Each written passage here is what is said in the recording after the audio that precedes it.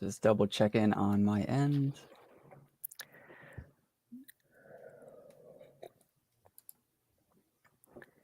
There we go. All right, we are live. What's going on, everybody? We are here with Timmy and Kiyama. Is that correct? Yep, that's right. Yeah, that's my greeting. Yes, happy to be here, Atlanick. Thanks for having us on. Yeah, no problem, man. Thank you guys for coming. Of course. So you have been doing Cardano news and everything related to Cardano for how long now? Yeah, that's a good question. I started if you're asking me first, but I started Cardano in December 2020, so about like Okay. a year and a half ago. But I was just like an investor until November of 2021. So I really started creating on my YouTube channel about 8 months ago. So I was just doing the YouTube channel from November to February, and then in February started the stake pool. And then we started Raccoon Syndicate just 3 weeks ago, actually. Today is our 3-week anniversary of launch. It feels like it's been a lot longer. It does. It's only been 3 weeks, and we're getting close to 3,000 people in our Discord. So just about 1,000 a week, and really happy about the reception so far. Yeah, it's crypto and NFTs, like a one day feels like a week and a week feels like a month. So yeah, I'm sure it feels like forever. Yeah. It's nuts. Kiyama and I started talking about this project like back in February, and it was just it's been day and night. Cardano and crypto was in a totally different space back in February, and all the projects people were talking about, a lot of them were different. Some of them aren't around anymore, and so yeah, it's amazing what can happen in just 3 or 4 months. Yeah, it's been a roller coaster, hasn't it? Yeah. I wasn't even aware of Cardano until I met Timmy, actually. Or really NFTs in general. I was still pretty new to NFTs when I met Timmy, and then he kind of introduced me to Cardano, and he's so passionate about it that I ended up learning a lot about it, and then we started a collab together in it. So it's been an exciting 6 months Yep. in the Nice. making. Yeah. But don't let Kiyama fool you. She's a bit of a degen. This time last week, she had 0 NFTs. That's and now true. now she's already got like many. Like, how many are you up to now? I think I have 4 or 5. 4 or 5, and they're not cheap either. She's got some pretty good ones in there. I do. So yeah, don't be fooled. She might have started recently, but she's got a nice collection already building up there. I do. So what was your first NFT? Actually, it was given to me by the Lazy Llamas. One of their mods gave me one of his llamas. It's a pretty cool one, and it's got a really nice color palette, and it's got the red heart glasses that a lot of them have. So it was I was pretty psyched to receive that, actually, as my first NFT ever. And since then, we've had a couple from other projects that we've done collabs with, and Timmy sent me one as well. So I've been very lucky, actually. I've had a really good start into NFTs, collecting them. And yes, I need to start learning a bit more about investing in them. And yeah, we'll see how we go. But well, my favorite NFTs are the ones I get for free. So I think you got a pretty good set He's there. just throwing that out there. He loves the free NFTs, anyone? Yep. Free NFTs. My ADA handle is $BlueCat, no E. If anyone wants to send me their trash or anything valuable, send it there. So like blue bots, without the E, but it's Blue Cat. Yeah, it's like BlueCat, BLUCAT. I think I actually have BlueCat with the E as well. I'm not sure. I bought a bunch of ADA handles when they first came out, but I use BlueCat just because I'm lazy. I don't like to type the E, so I just tell people BLUCAT. I don't use it too much though. I'm not usually getting NFTs that way. Yeah. Do you do you have an ADA handle, Nick? I do. It's Atlanick, so it's just like my name is spelled. Okay. Yep. Got it. But Very man, good. I just have to ask you, is it a voice emulation or like a voice changer, or do you do that? Oh, well, I mean, that's kind of like the secret sauce, right? We don't kind of reveal I don't know what you mean. I'm a blue cat. What do you mean? It's a good question. You might have seen, like, I actually used to use an avatar. If you go to my channel, like in November, December, I had a 2D cartoon cat. And I was doing the news with this like animated cartoon avatar. But a lot of people were asking me to dox myself. They wanted to see like who I really was.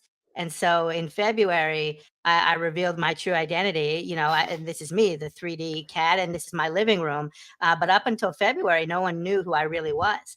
And so now I show them my true self. And this 3D version of me here was actually created by Kiyama. This is how we met. I think around January, we started talking about doing a 3D Timmy, maybe late December, somewhere around there. And we spent about 2 months working on a 3D version of Timmy. And I enjoyed it a lot. I hope Kiyama did as well. And then coming out of that project, we decided to partner on Raccoon Syndicate together. Yeah, it was a very easy collaboration working on Timmy, and then afterwards he kept in touch and showed me updates and how it was going, and he's hooked all this whole mocap and everything up himself. He's very good that way, and so when I saw that, it was very cool, and then we decided to see what else we could do together, and that's how we ended up with Raccoon Syndicate, really. What do you mean mocap? It's just a web camera. Yeah, and how sweet is your house, by the way? Yeah, I know, right? Yeah, I've got those my free genius skills. NFTs are really cashing in over there. It's a pretty nice house. If you've seen my walkthrough videos, it's pretty good. So And your private jet. Oh yeah, that's right. Yep. So was it your idea, Timmy, to try to do some 3D, or did Kiyama reach out and was like, "Hey, I could do this for you"? How did that kind of come about? Yeah, well, the reason I started the channel in November was just to kind of push myself in terms of creativity and content creation. I'm an engineer, like as a full-time job, engineering manager, and like I've never been creative.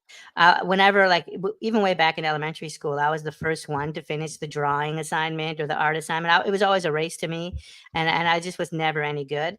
And so I've always wanted to like push myself in that arena. And so in November, I started doing a bit of content creation, and a lot of people wanted to have like live interviews with Timmy, but with the 2D animation, I couldn't do that. The 2D animation episodes require a lot of post processing, a lot of editing, and there wasn't a way to do that really nicely live. And so I was motivated to find a different technical solution. And so yeah, I mean, the truth is this is Unreal Engine that I'm using here. And so it's a 3D motion capture controlled avatar. I've got 6 light boxes in all the corners of my room, and one in front and one in back, and then 4 corners. And then I've got 12 motion capture things usually on me. I've got my ankles, my knees, my elbows, my hands, and my chest. And then I've got one on my helmet as well. And these are all Vive trackers. And so I'll use 12 different Vive trackers on my body in order to do the motion capture for Timmy. Whoa, I had no Yeah. idea it was so extensive. Yeah, it's very, and I recently bought gloves as well so I could do my fingers. But like when I do that, it's a lot of work and like to set it all up. And so for interviews like we're doing right now, it's a much smaller set of trackers. And then How my is it doing face. your mouth? How does that? Yeah, my tongue. It does it all, and I can blink, and it's all done using iPhone. Actually, iPhone has depth cameras, and you can use iPhone to control the avatar in So Unreal Engine. the iPhone's on the helmet. Yeah, the helmet. Yep, there's Yep. a helmet that you can buy. There's a helmet that a lot of us are using. It's like a prosumer helmet, and it puts you can put your phone on it, and then have another Vive tracker on the back. That is a lot of work, man. That is commendable. Mhm. Honestly, It is. that is ridiculous. Like I know how long it takes me to make some of my videos, and that is not like with anything that you do. Like I can't imagine how long it takes you to do all that. That's wow. It's a lot of work, but it's a Yeah. hobby, right? It's just kind of my hobby. So if you treat it like that, it's been fun learning. And I used to be a graphical renderer. You doing graphics at at video game companies and things like that. And so I've always been interested in like animation and rendering and that kind of stuff. I've never just had the artistic skills, and so yeah, the motion capture stuff is more technology. Like, Unreal Engine has some nice like blueprinting and programming to set it all up. It's actually the work that Kiyama does that I find a lot more interesting. That's real art where you have to make tough decisions, right? To set up mocap, you just got to read a manual or something. But the artists have to make decisions like, should it be this color or where should the wrinkle be? Where should this go? I don't know how they do it. I think that's why we're a good team, actually. I think I do a lot of the creative arty side, and Timmy handles a lot of the tech side and a lot of the strategic side of how we're running the game and how we're setting up the NFTs. And he's always kind of behind the scenes managing that sort of along the way, which has been really handy. So I think in a way we've kind of found a really good match with each other because, and he is actually very creative. He's got a really good eye for a lot of the art, and a lot of the decisions that were made in the art, it wouldn't have happened unless he was like, hey, this isn't right, or let's try this, or so that's been really helpful along the way. And I'm definitely limited in the tech side. Like I can do the tech side of 3D, but once we move to what he's talking about with mocap and things like that, I'm kind of out of my realm. Yes, yeah. Definitely a good Me and you partnership. both. Yeah, it's definitely been an amazing partnership. And don't sell yourself short, Kiama. Kiama helps us a lot with the strategy as well. One amazing idea Kiama had just a couple of weeks ago is she had the idea to have a trait scavenger hunt within our Discord and invite the whole community to help us brainstorm traits for the project. And it's still ongoing. And we have a channel in our Discord where anyone that has an idea for like a raccoon trait, it could be a hand trait or a head trait or something in their mouth or on their eyes or clothes, whatever ideas you have for the raccoons, you can throw them in that Discord channel, and then Kiama will take a look, and if it gets chosen, they get a whitelist spot. And I thought that was such a great way to kind of bring people into the project.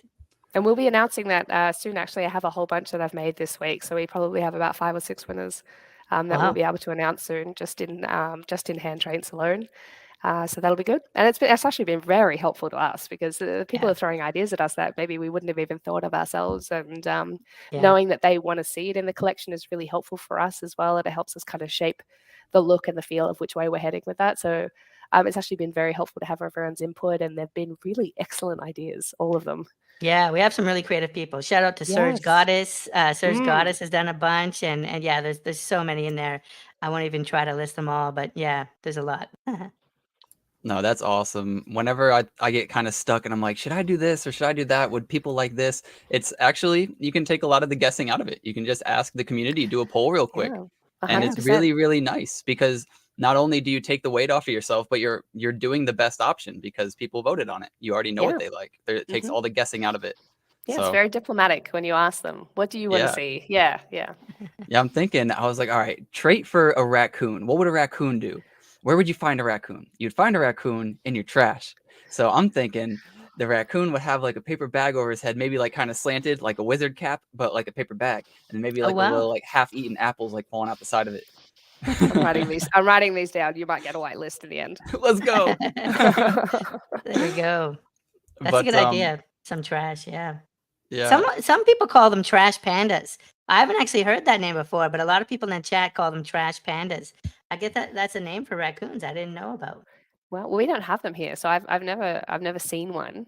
I really want to see one, but we don't have them in Australia, unfortunately. So, and then when I was in the US, I missed out. Didn't get to see one, so I'll have to try again next time I'm there or in Canada. You guys have them in Canada, right? There. Oh yeah, we've got a lot. In fact, one of our moderators, a noble nerd, he's got raccoons that live in his backyard, and he's put up a few different videos of raccoons tapping on his window and things like that. Yeah. And some people keep them as pets too. Like there's raccoons as pets now. It's just totally wild. Oh, are you allowed to do that? I think so. Like if you look on the GIFs, if you search for raccoon GIFs, the raccoon GIF game is very strong. But there's a lot of people like that are watching TV eating popcorn with their raccoons. And so, yeah, it's such a strange concept. You would never keep a native animal here as a pet. Yeah. No, they'd take you out in the night. Oh my God, they're so cute. There you go. There they are. They're always scheming with their hands together. Yeah. And I think we got really lucky. Like we considered, other animals early on. But I think we ended up getting lucky and getting surprised with raccoons. Because as it turns out, they're a wild animal, but they're an urban animal. They're in the cities, they're in our backyards. And so there's actually a lot of photos and a lot of, this guy here eating popcorn with the raccoon. There's a lot of like videos and content about raccoons, where if we did something like a muskrat or a lion or something like this, there's a lot less video and pictures of them because they're not in all the cities. And so, it's kind of been really, fortunate how that turned out. I think they're also cheeky and mischievous and kind of, they're just fun, happy little excitable creatures. So it worked well with what we were trying to shape as a project, something that wasn't too dark or. I agree. Yeah, I like them. I think raccoons are kind of like aesthetically pleasing. You know, they have like the black and white, which always is like a good color scheme, and then you see like stripes, and I don't know, they just look kind of aesthetically pleasing. Yeah. Different colors. They're not just one color. It almost looks like they have some kind of makeup or like face paint on. And yeah, it's a beautiful creature. Since starting the project, I've thought about like, should I get a raccoon? Like, should I have a raccoon living with me? But we'll see. I might wait a little bit longer. Maybe you could get like a friend to have like a raccoon version of Timmy the cat, you know, and then there could be like Timmy the cat chilling with a raccoon. Yep. Yep. We could do that. That'd be awesome. We need to make a raccoon avatar for, or we'll just use ours and pop it in your, Unreal pop it in Engine. there. Yes. Yeah. Get them together, finally. Yeah, when Yeah, you go on vacation, you'll have the raccoon come out, you know? Yep. He'll hold down the fort for you. I wonder what a raccoon's voice would be. It might be similar. I don't know. We'll have to see. Higher They're or little lower. bandits. They gotta Little he's gotta bandits. be like at least 5 or 10% more hood. You know what I mean? Yeah. A little bit of Definitely. ghetto. Yep. I Yeah. agree. A little bit of He's slang. definitely straight. Yeah. But why don't you guys tell us, you know, there's probably somebody in here or watching later that doesn't know about Raccoon Syndicate. So how did it all start and what's kind of your plans for Raccoon Syndicate? Well, maybe the easiest way to show people and introduce them is if I shared my screen, I could maybe show them the website and it kind of walks you through, you know, from top to the bottom what the project's about, and we can show you some of the art as well while we do that. Let me just get the right one here. There we go. Yeah, so I can get it started, and Kiama, you can jump in and we can kind of trade off. But this is the website. It's at raccoonsyndicate.com. And what you can see here is some of our raccoons on the left. I think it's set up where I think these are mostly farmer looking raccoons. And then on the right, you'll see some hunters. And so this fellow here with the bloody knife is one of our hunter raccoons. And so it's called Raccoon Syndicate because there's 6 syndicates in the project. So far, we've revealed raccoons and hunters, farmers and hunters. And the 4 other raccoon syndicates are going to be revealed a little bit later on. And so in total, there's 6 syndicates, and that makes a set of 10,000 raccoon NFTs. And so all the NFTs are 3D, and they're all raccoons, and I just love the clothes. I think the clothes is what stands out the most to me. And so you can see that's something a little bit unique about our project as well is we have the hand traits. A lot of projects are like kind of chest up where you won't have the hand traits, but here we're showing kind of waist up, which lets us do a little bit more in terms of hand, weapons and food and things like that. So one unique thing about our project is the hold to earn concept. And so we've all heard about play to earn, but we're exploring this space of hold to earn, where you don't have to log in every day and water some crops or run some kind of delivery mission. You don't have to log in anywhere ever. You will be able to earn just by holding the raccoon in your wallet. Hold it and forget it. And now, if you are more active, there are things you can do to like increase what you earn. But just at a basic level, everybody who holds a raccoon will get a free NFT from us every 2 months. Every 2 months, we're going to give you a free NFT. And those NFTs, there'll be different types of NFTs. One of them will be like an upgrade NFT, like maybe a golden ring or maybe a ruby necklace. And you can attach the ruby necklace to your raccoon or the golden ring to your raccoon, and it will increase his points for the next 2-month round. So we have these 2-month rounds, and you get a free NFT at the end of 2 months. And the quality of NFT that you get depends on how many points you earn. And those points are determined by how rare is the raccoon, what type of a raccoon, what syndicate is it, and then does it have any accessories like necklaces or rings or things like that. So it's called Hold to Earn. And then one last thing I'll talk about before we get into the art itself is we have this concept called the raccoon heartbeat. And this is really leaning into the what I like to do is content creation. And so the idea is Kiama and I, every 10 days, sometimes both of us, sometimes just one of us, we're going to go onto social media and that can be my YouTube channel or other YouTube channels if they'll invite us, or Twitter Spaces, and we're going to select like a random event every 10 days, and that random event will give a boost to some subset of raccoons. And so a random event might be all raccoons that hold a pumpkin or a piece of corn get 20% more points for the next 10 days. And so if you held this pumpkin holding raccoon for the next 10 days, you would be getting a lot more points, and that would allow you to go higher in the leaderboard. So that's the basic strategy. Later on, there's a lot more intermediate and advanced strategy that we're going to have in order to climb higher in the leaderboard for people who are interested. But at the basic level, you just hold a raccoon and you'll end up somewhere on the leaderboard. And some of these random events might actually accelerate you in the leaderboard higher without you doing anything at all. And one last thing I can say is like some of these random events might actually be partnerships with our like projects that we're friends with. And so you could imagine if you hold a lazy llama, we might say, if there's a lazy llama in the same wallet as your raccoon, you'll get 10% more points, for the next 15 days. Or if you have a space pug or an ape society ape or a bunch of projects that we're going to hopefully partner with, we want to reward our raccoon holders if they hold NFTs from our friends' projects as well. That is really cool. I haven't heard of something like that before. I mean, we've seen with Ape Society that you can stake other projects in their frames, but this is a kind of unique spin on that, and I really like that. With the NFTs that you unlock, let's say it's a ruby necklace or the gold ring, do I just hold that NFT in there, or do I combine the NFT to create a new NFT? That's a good question. And for this type of NFT, like a ruby necklace, you would send us your raccoon and the ruby necklace. And we're actually hoping to set up a Maya rendering farm. That it might only be one to begin with, but we're going to re-render a unique raccoon. We're going to re-render your raccoon with the ruby necklace appearing in 3D in Maya, hopefully in real time. And so you'll burn the original raccoon and burn the ruby necklace, and you'll get an upgraded raccoon with the necklace. And also the metadata on that raccoon will change. So we're going to have like a base points earning multiplier on every raccoon, and some will be 1.0, others will be 1.1, 1.2. When you apply a ruby necklace, your base points multiplier will increase.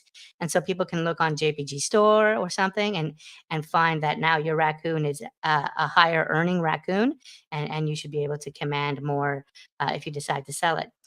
The upgrade NFTs, of course, you could choose to just sell it on the marketplace. If you've already attached like a different piece of jewelry, you can just sell the NFT, and that could be a way for you to earn some money, or you could lend it out to someone else. Now, a different type of NFT upgrade you might get are called consumables. And so instead of jewelry, this might be like a piece of, let's say, whole wheat bread, or you might get a drink of orange juice, and you could choose to consume that with your raccoon. And what will happen then is for the next 15 days or the next 10 days, you'll get a 20% or 30% points boost. So it won't be a permanent thing, and that NFT will get burned. And so that's kind of the basic strategy. There's a lot more cool stuff that I think is going to be coming down, but I'm not ready. Like, we're not ready to announce that yet. There's going to be other NFTs that you can imagine just having in your wallet, and it could boost all of your raccoons. And so those would be more powerful NFTs. And there's a lot of cool stuff we can do around the strategy there. Mm. And I imagine they would stack, correct? Let's say like a ring and then a necklace, those would stack? Yep, you got it. And so there'll be like a formula around which order goes in which, and you obviously wouldn't be able to stack two necklaces, but you could imagine having a ring, a necklace, potentially other jewelry, and other upgrades would be different categories that could stack in combination, as well as owning one of our partner project NFTs, as well as owning one of these independent NFTs that don't actually attach to your raccoon, but they're in your wallet, and they have almost like an area of effect boost to all the raccoons in your wallet. Okay. And are there necessarily rarities? Like, is an emerald going to be better than a ruby necklace? Something like that? Absolutely. And that's the thing. We have 10,000 of these NFTs to give out every 2 months. So it's very important for us that, like, if you end up on the top, 100 of the leaderboard, you get something truly unique, truly powerful. But then all the way down, the next 500, the next 2,000, we need to have different categories of NFTs in order to have that full 10,000 list and have it feel rich and unique. Gotcha. And if you did have, let's say, just a plain necklace on and you wanted to swap it out, could you do that? Or because you already put on the necklace, you can't swap it out? That's a good question. You'll definitely be able to swap it out. The real question is, do we return the old necklace to you? Because one thing on my mind is I want to, be thoughtful about the overall supply. If we're putting 10,000 of these out every 2 months, I want to be thoughtful about, we don't want to have 100,000 of these upgrade NFTs. So the idea of burning the NFTs is very important. And so we probably, I'm not ready to make a decision. Like, we want to bring in the community on whether you'll get the original plain necklace back. It's not obvious to me what we might do there. There might be other things we can do to compensate for you for that necklace. Like, potentially we could allow you to melt it into gold and use it to craft something else. And then we could have a bit of a forge, or, potentially a token. Right now we're not planning a token, but if you had a plain necklace and you upgraded it with a ruby, we could maybe shoot you a bit of a token if we end up having a coin. One other idea. Well, actually, let me. All right, one other idea that's in my head. This is alpha. I haven't talked about this yet, and I think we need to bring this to the community. But one idea is, if you have, let's say, 2 of these consumable NFTs, like maybe you have a piece of bread and a glass of orange juice, and these are our low tier upgrades. Potentially, there's a world where you could combine them. So let's say if the bread gives you like a 10% boost, and the orange juice gives you a 10% boost. If you combine them into like a new upgrade, maybe now it's 30%. So it's actually additive. But what we've done is we've burnt 2 NFTs and created one new one. And that's a way that we can control our supply, by having people combine these consumable NFTs in order to have fewer overall NFTs, if that makes sense. Yeah, no, I like that idea. That's a good idea. Yeah, these are mechanics, and these are the simple mechanics. There's a lot more cooler stuff we can do in order to expend that 10,000 supply that we're going to be generating every 2 months. Gotcha. And I saw that Arrow Art actually said you released a female sneak peek. So will there maybe be breeding? I don't know if you're ready to speak on that. Kiama, do you want to take this one, or? Yeah, I think we have a few ideas about what we're going to do in terms of secondary, but breeding we haven't decided on just yet. We're not sure. I mean, baby raccoons would be super cute, but I don't think it's something that we've fully decided on yet. I don't know. That's a tough one. Yeah, it's a tough one. I think that's a great one to maybe bring in the community.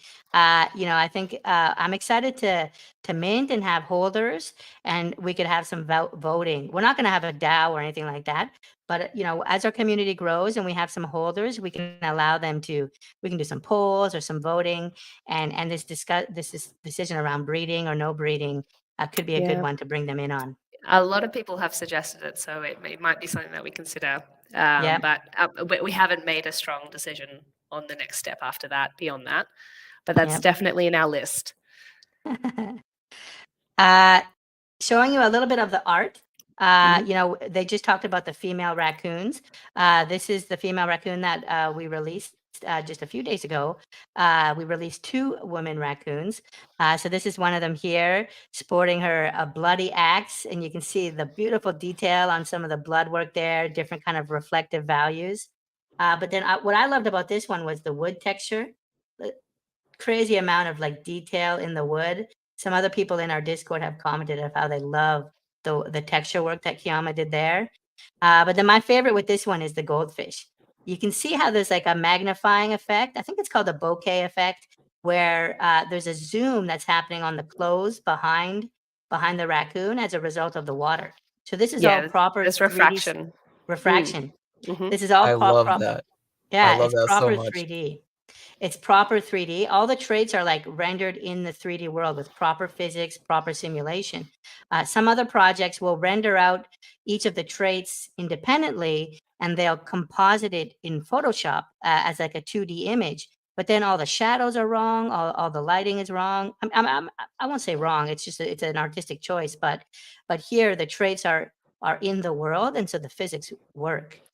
Yeah, we were pretty concerned about having things like so if, for instance, that we had rendered this separately and we had done the goldfish bag separately and then tried to comp it over the top, because it holds refraction, it needs to see what the background is in order to apply. So, I mean, it can definitely be done, but it wouldn't have the same clean look that you do when you render an entire 3D image with the background, with the lighting, because everything that you put into the scene, including every single color, is reflecting off itself and reflecting on the other clothing. And so even the light that's hitting the axe, I mean, if we moved some things around, and I know this because I've tried to switch out traits and then just render that one little section again, but it's off.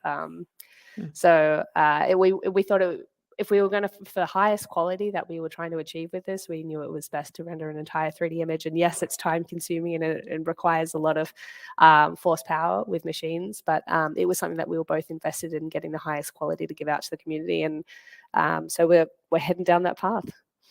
Yep. You can see another example of that too, just quickly here with the clothes.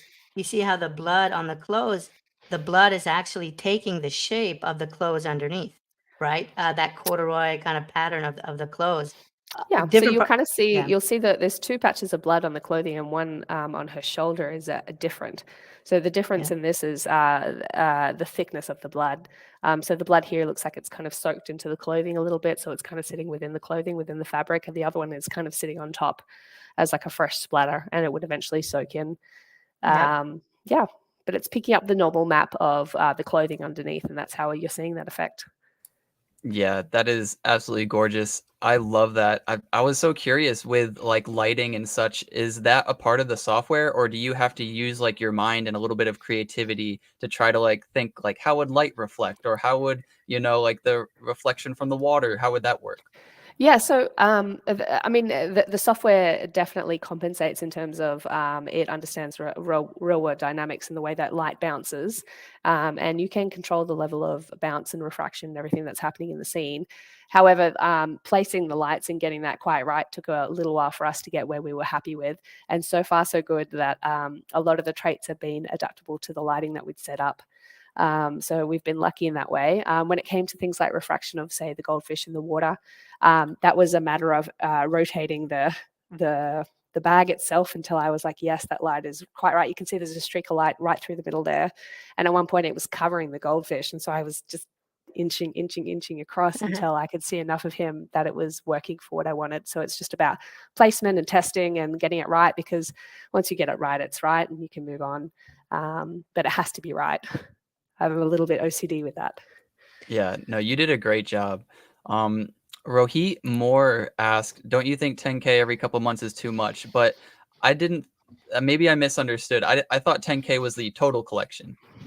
Yeah, so 10K, it's 10K raccoons, but then each raccoon will get an upgrade NFT every 2 months. But the thing is, a lot of these, so it is 10K upgrade NFTs every 2 months at the end of the 2-month round, but the vast majority will be consumable. And so these NFTs, the total number of NFTs will always be decreasing. They're deflationary because you consume them, or you combine them, or you attach them.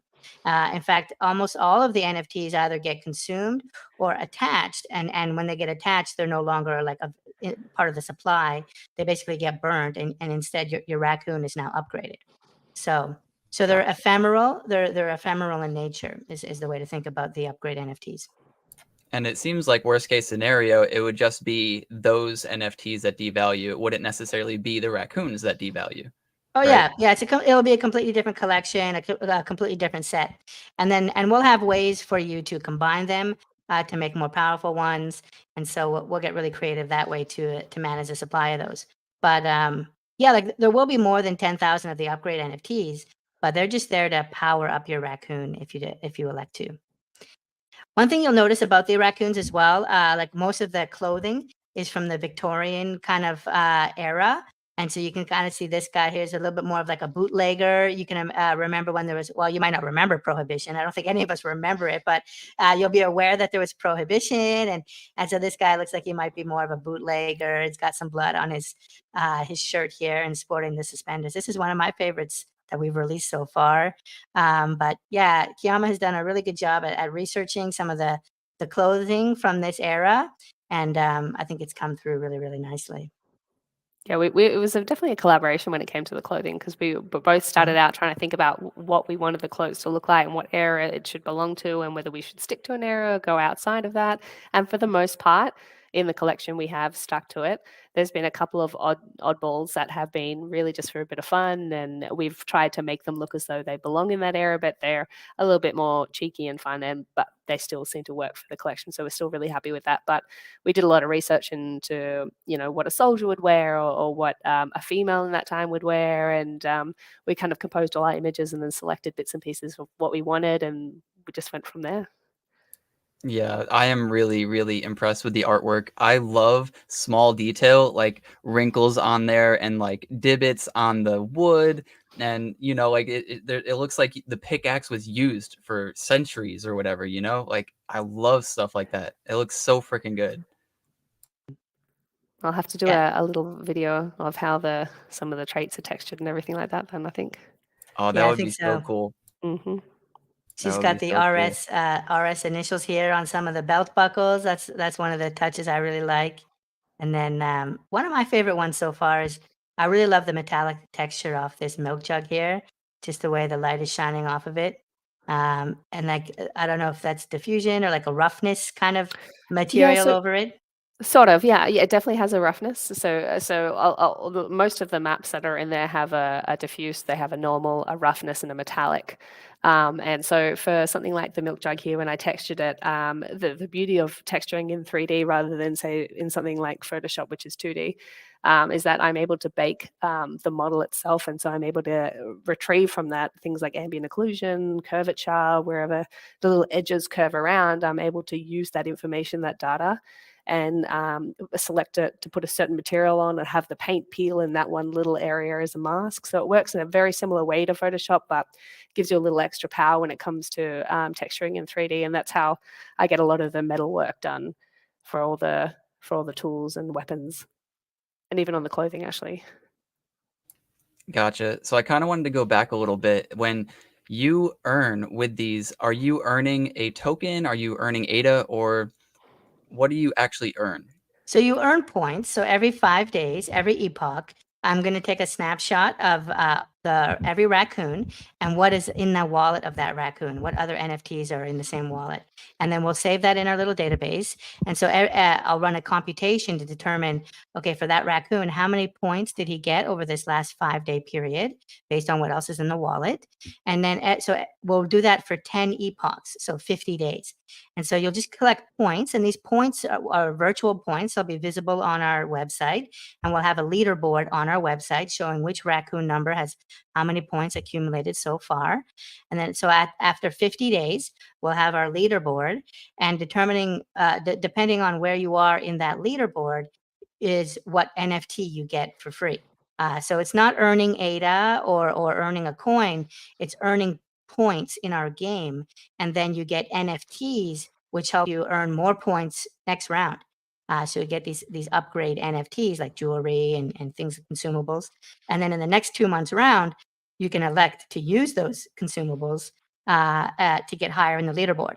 And so you might find that in one of the battle round events, the random events, if we choose a random event which rewards you holding a lazy llama, you might want to save one of the consumable NFTs, like an orange juice or something like that, for the week where lazy llamas, give you a boost, right? You want to combine your boosts together to get the maximum impact. And so that's the strategy there. I got you. I like that strategy too. It kind of like you have to determine which one you really want to go for, because if you Yeah. kind of just spread it out randomly, you'll probably just stay middle of the pack or like kind of high but not the best, and you won't necessarily win whatever it is. Yeah, and certain people are really into like those advanced game strategy, and other people like that have jobs and families, they won't have time, but we want to make it still possible for them to get something, even if they're not, logging in every day and doing all these kind of collection games. Mm. Now we've shown you a few of the samples so far, but these are all farmers and hunters. And so those are the first 2 syndicates that we've revealed, and they're going to mint in August. And there's going to be 2,500 farmers and 2,500 hunters. And so that's 5,000 from the first 2 syndicates. After that, we've got the next 2 syndicates that aren't revealed yet. And so on our website, it's just kind of this coded language. But these are going to be more rare. There's going to be only 1,500 of each of these for a total of 3,000. And they're going I to think mint that tier is my favorite. Yeah. Yeah. Based on like what syndicates they are, you mean? Based on what you know about the Yes. syndicates? Okay. Have you All already right. made the artwork for it? Yes. Yeah. We've Okay, done okay. the key art for all the syndicates, so everything's already decided. But we haven't gone beyond that in terms of we haven't looked at what hand traits that those particular syndicates might hold, or additional clothes and everything that we might make. So each kind of tier has its own set of hand traits and its own set of clothing in a way. So we're definitely not duping, everything all over again for each syndicate. We're kind of for each tier. Sorry, they're all going to be their own standalone. Yep. Gotcha. Yeah, right. Reminds me a little bit of Benjamin's Club with the veils before they unveiled the eggs. I'm not familiar. I've heard of Benjamin's Club, but somehow, there's so many projects. That one kind of has missed my radar a little bit. But I do remember seeing the eggs. So yeah, maybe I'll take another look. But yeah, we Yeah, wanted to kind of keep them hidden, but still show their tail. So they're still going to be raccoons. Yeah, it may actually be Benjamin's group, but I know you know what I'm talking about. Do I? Okay. All right. Very good. And so the last tier, we're calling this the tier 1, are going to be the most rare. And so there's only 1,000 of each of these. So 2,000 in total. And so we're going to do 5,000 in August. And then we're planning to do 3,000, probably the end of September. And then the last 2,000 at the end of October. But we'll see. The dates can change. We're going to react a little bit to the Vassal hard fork, which is delayed now to July 29th. But we still think we'll be fine to mint the first set in August. This is the one we're most confident about. I'll put a question mark around, the second and third tier, but right now the plan is September and October. So those are the 6 syndicates. Cool. Do you know exactly what you're going to charge yet, or is it like kind of like a dollar amount at least?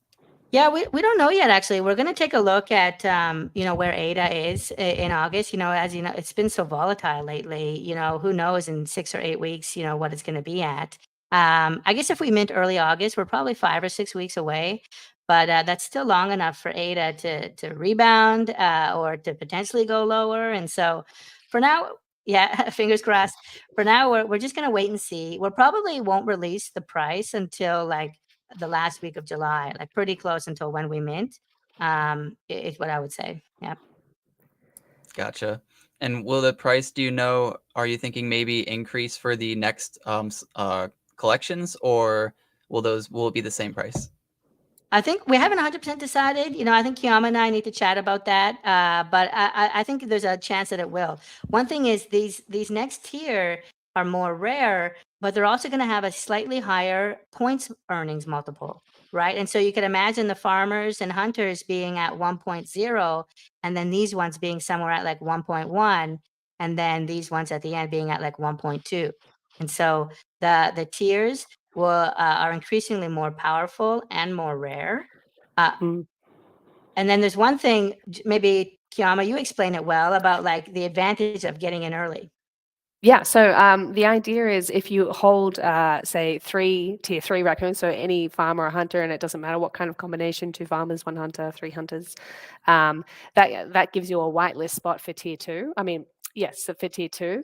So the next one that we're releasing in, say, September, if that's the date that we still move ahead with, then you'll already have a whitelist spot as long as you have 3 in your wallet. And then from that, it's the same deal. Is it 2 for tier 2 to get into tier 1? Is that right? That's right. Yeah. Yep. Yeah. So at that point, if you get a whitelist spot, then you've already got at least 1 already ready to go, and then you only need 1 more to get into tier 1. Yep. So 3 of the August ones give you a 1 whitelist to mint 1 of the September ones, the tier 2. 2 of these give you whitelist for the top tier. So a lot of people in our Discord are already trying to get 6, right? 6 is a good number. If you have 6 of the tier 3, that will give you 2 of the tier 2. which gives you 1 of the tier 1. Which really means you need like 10 so that you can flip 4, hold 6.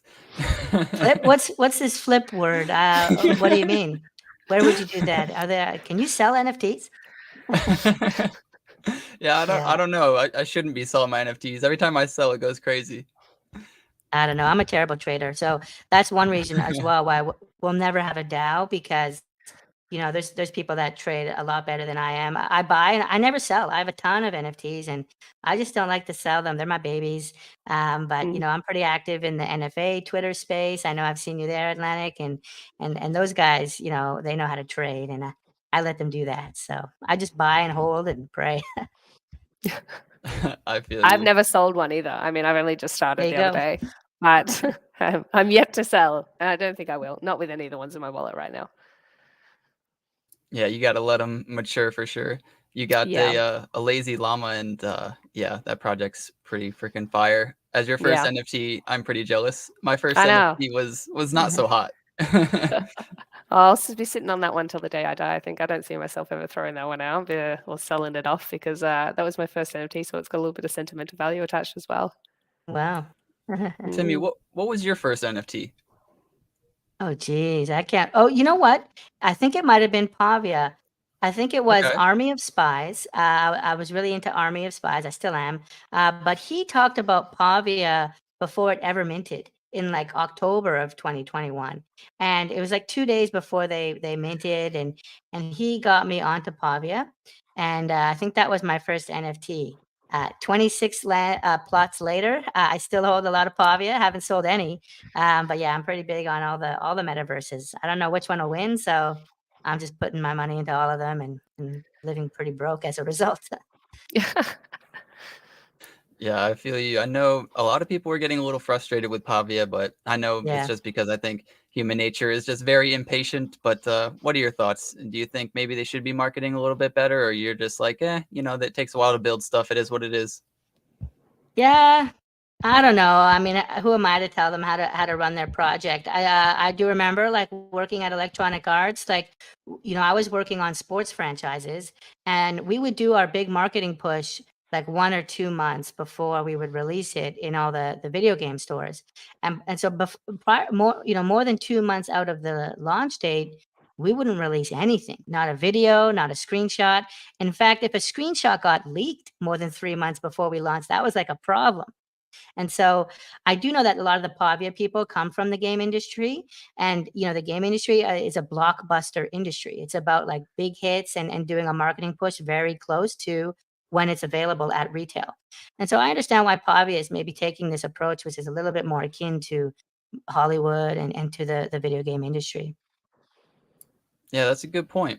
I wonder if they're going to kind of, treat it exactly like a game, or if they do feel a little bit of pressure to just kind of show their investors something, because it is Yeah. a bit different with these games. It's like, nobody except for your big investors, do you really need to like show proof of concept to like the audience that you're selling it to? You don't want them to necessarily know anything because you are playing off a hype. Yeah, So it's it's interesting. coming out too early can be a bad thing. I think also what I know about Pavia is they're going to be releasing a builder tool. I think in July they said, um, if not certainly in Q3, which would be before the end of September.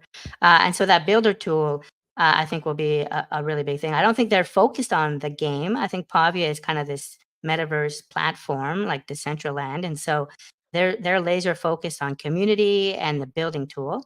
And we should see that within the next few weeks or months. Well, like before September. I think it might come in July. Yeah, that would be pretty cool. It'll shut up the naysayers at least. All But right. So if I can jump in, there's a couple things. I think Kiyama has a pretty cool video that she's going to show around how she made the raccoons. I'll let her get that ready. But first, if I can, Atlantic, I'd like to tell people about this giveaway that we have, celebrating us being on your show today. And so I actually tweeted about this a little while ago, that we were coming on the Atlanick show. You can see this on our Twitter feed. Maybe I'll go ahead and share that just so people know what I'm talking about. And we're actually giving away 20 whitelist spots, um, just to kind of celebrate Atlanick having us on the show today. If you can bring that up to the stage, they'll see which one I'm talking about. Yeah, so it's this tweet here. So you'll see that will be on Atlanick at 9 p.m. Eastern, which is past now. But there's 20 whitelist spots available. You can just follow us, but also follow Atlanick. We'll also check that. Atlanick, what's your Twitter, actually? Maybe we can add that on here. Should just be at Atlanick. Atlanick? Let's Yep. actually double check. Atlanick. This one here.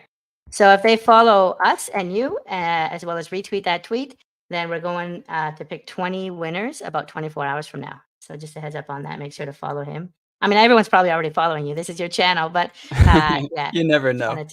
wanted to highlight that. Okay. I appreciate that. That's awesome, man. 20 whitelist spots. That's badass. Yeah, of course.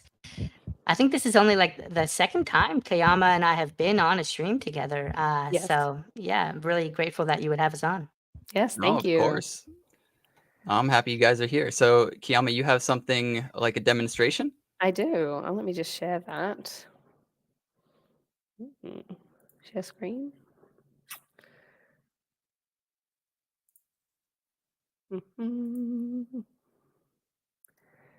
Yes. 2 seconds. Oh, you're good.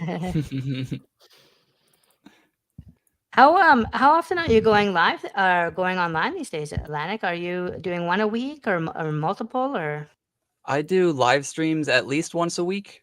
This week's actually going to be crazy. I have Block is Hot coming on tomorrow to talk about the Block Investment Group. Oh, wow. And then I'm going on, I think it's Cosmos DeFi Wednesday to talk about OG Bears. Oh, yeah. And then I think I'm going live Thursday as well, but I need to double check. Jeez. Yeah, but normally it's just Monday, and then I make videos throughout the week, and then just rinse and repeat, and you know, kind of do the weekly mints video on Sunday to try to do like basically a newsletter in a video format, so people know, you know, what's minting and kind of get yourself prepared for that week. Yeah, I saw that. I really like the weekly mints. It makes it like really easy for me. There's too many projects to keep a track of, so just bring that up and we're good to go. Yeah, I appreciate that, man. So here we are. This looks okay. So this is the 3D model of our actual raccoon. So that's all the geometry and kind of the setup with the lighting and everything that's happened. We have actually made a full-bodied raccoon because we wanted to make sure that we had everything that we needed in case we wanted to do something different with the raccoon, or maybe put him in a game one day or do something like that. So we made the full raccoon, and he's also completely, I'll just skip forward, he's completely rigged up. And that's how I did a lot of the posing. So there's 2 types of posing for each syndicate. There's their unique pose, and then there's a common pose, which is shared across all the syndicates. So you've seen a little bit of both really on our website. You can see both for the hunters and the farmers.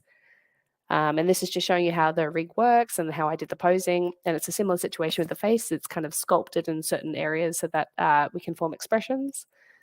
And then I'll show you a little bit about how I created. For this example, I used the t-shirt that I made for Timmy's profile, actually, for his raccoon. He requested something super, super easy. And so I was like, sweet. He just wanted a t-shirt. And so this is by far the simplest and easiest of the clothing that I've made so far. The hardest, I think, was probably the unique pose for the hunter. He had a lot of layering and bits and pieces and buckles and things like that. And when it comes to simulation, that can kind of be a bit of an interference. But this one will be an easy explanation. So for the t-shirts, or any clothing really, the way that I make the pattern is I kind of draw it out the same way you might cut a bit of fabric. You shape it to the body, and then you kind of sew it together the way that you would in a real world situation. So the seams get sewed together. I'll skip forward and show you the seams here. So you can see there it all gets sewed together, and then it gets simmed to the body. So it's using real world dynamic simulation, and it's based off the type of cloth that it is. So for a t-shirt, I've assigned like a thin cotton, and that's how it's kind of reading those properties and using that in the dynamics. So you can see here is the t-shirt, and you can kind of select any part of the pattern. It's all sewed together really in 3D, but the pattern here on the right is really the data information that I need to take it into, say, a texturing software, because even though you're texturing in a 3D environment, it's really, you're texturing, but it's getting applied to a 2D pattern. And that's the same 2D pattern that goes all the way across to the rendering. So you can see here it's moving the dynamics. And so if I were to use a different type of material, say something that wasn't cotton, maybe a silk or a canvas or velvet, yeah, it has very different properties. And so it would simulate very differently. But for So something like this, what she's showing is like it's actual physics and gravity and friction and all of that is in the simulation here that's creating those wrinkles. That was that's pretty right. cool. Yeah, that's so awesome. I didn't know it worked like that. That is so freaking cool. Yeah, I mean, you can model it straight out, but you're not going to end up with super realistic kind of wrinkles, and it's just a way for it to guarantee that it's looking realistic in a way. We agreed on that pretty early on to have the clothing look as though it would exist in a real world sort of situation. And then from there, once I'm happy with the way that the simulation drops, then I take it straight into a 2D texturing, and this is where the pattern has come through on the right again. And so I'll be painting on the left, but it'll be applied on the right, and the right is what will be baked out as maps, which gets used for 3D. So you can see here it's doing all the baking that I was talking about earlier. So it's taking all the information, it's taking ambient occlusion, it's taking world space and curvature, and then I'm able to apply a cotton fabric to the clothing, and I can paint over the top. I can add his logo. You can do anything you want the same way you would in Photoshop. And so this next little bit that has a little bit of the shadow baked into it, it's kind of nice when you see a 2D render to bake a little bit of the shadow and the lighting in. Just helps with the kind of dramatic feel of folds and everything that happens with the clothing. Works particularly well for still images, doesn't work so well when you've got something animating, of course. So for the parts here where I've added in a bit of the gold texture, that's really just to show you that the way that I've done blood. So for things like the hunters, it's you use a splatter brush. You can use any type of Photoshop brush that you might and bring it in, and then you kind of layer up your blood. So you might have your roughness. So you want it to be shiny. You want it to be a little bit opaque. You want it to be reflecting the color that's behind it a little bit. And then once you have kind of formed that material, you can paint it on the same way I've painted on the gold. So you can splatter it on, or you can hand paint it by brush. It's whichever way that you like it. And that's the way that I've done a lot of the blood and a lot of the texturing. That is so cool.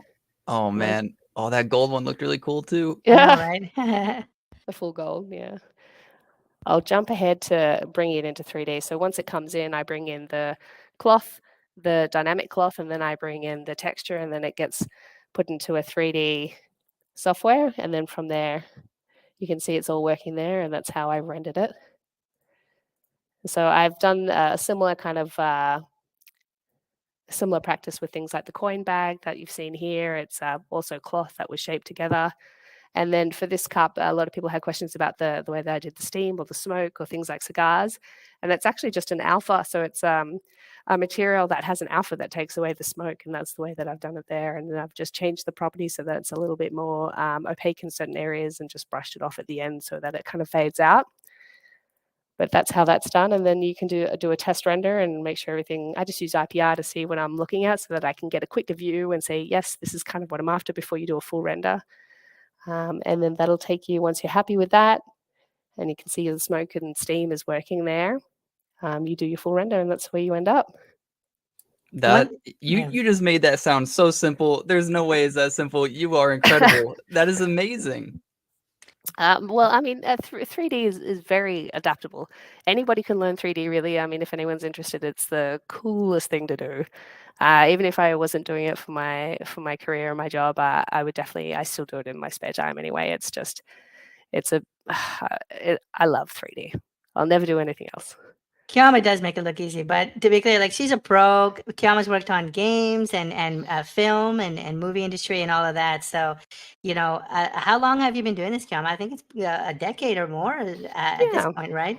Yeah, I started off in television and in the art department for different TV shows, and then I ended up doing production for animation for game studios and cinematics and some commercials and things like that. I was in production for a few years before I ended up getting back onto the tools and doing 3D.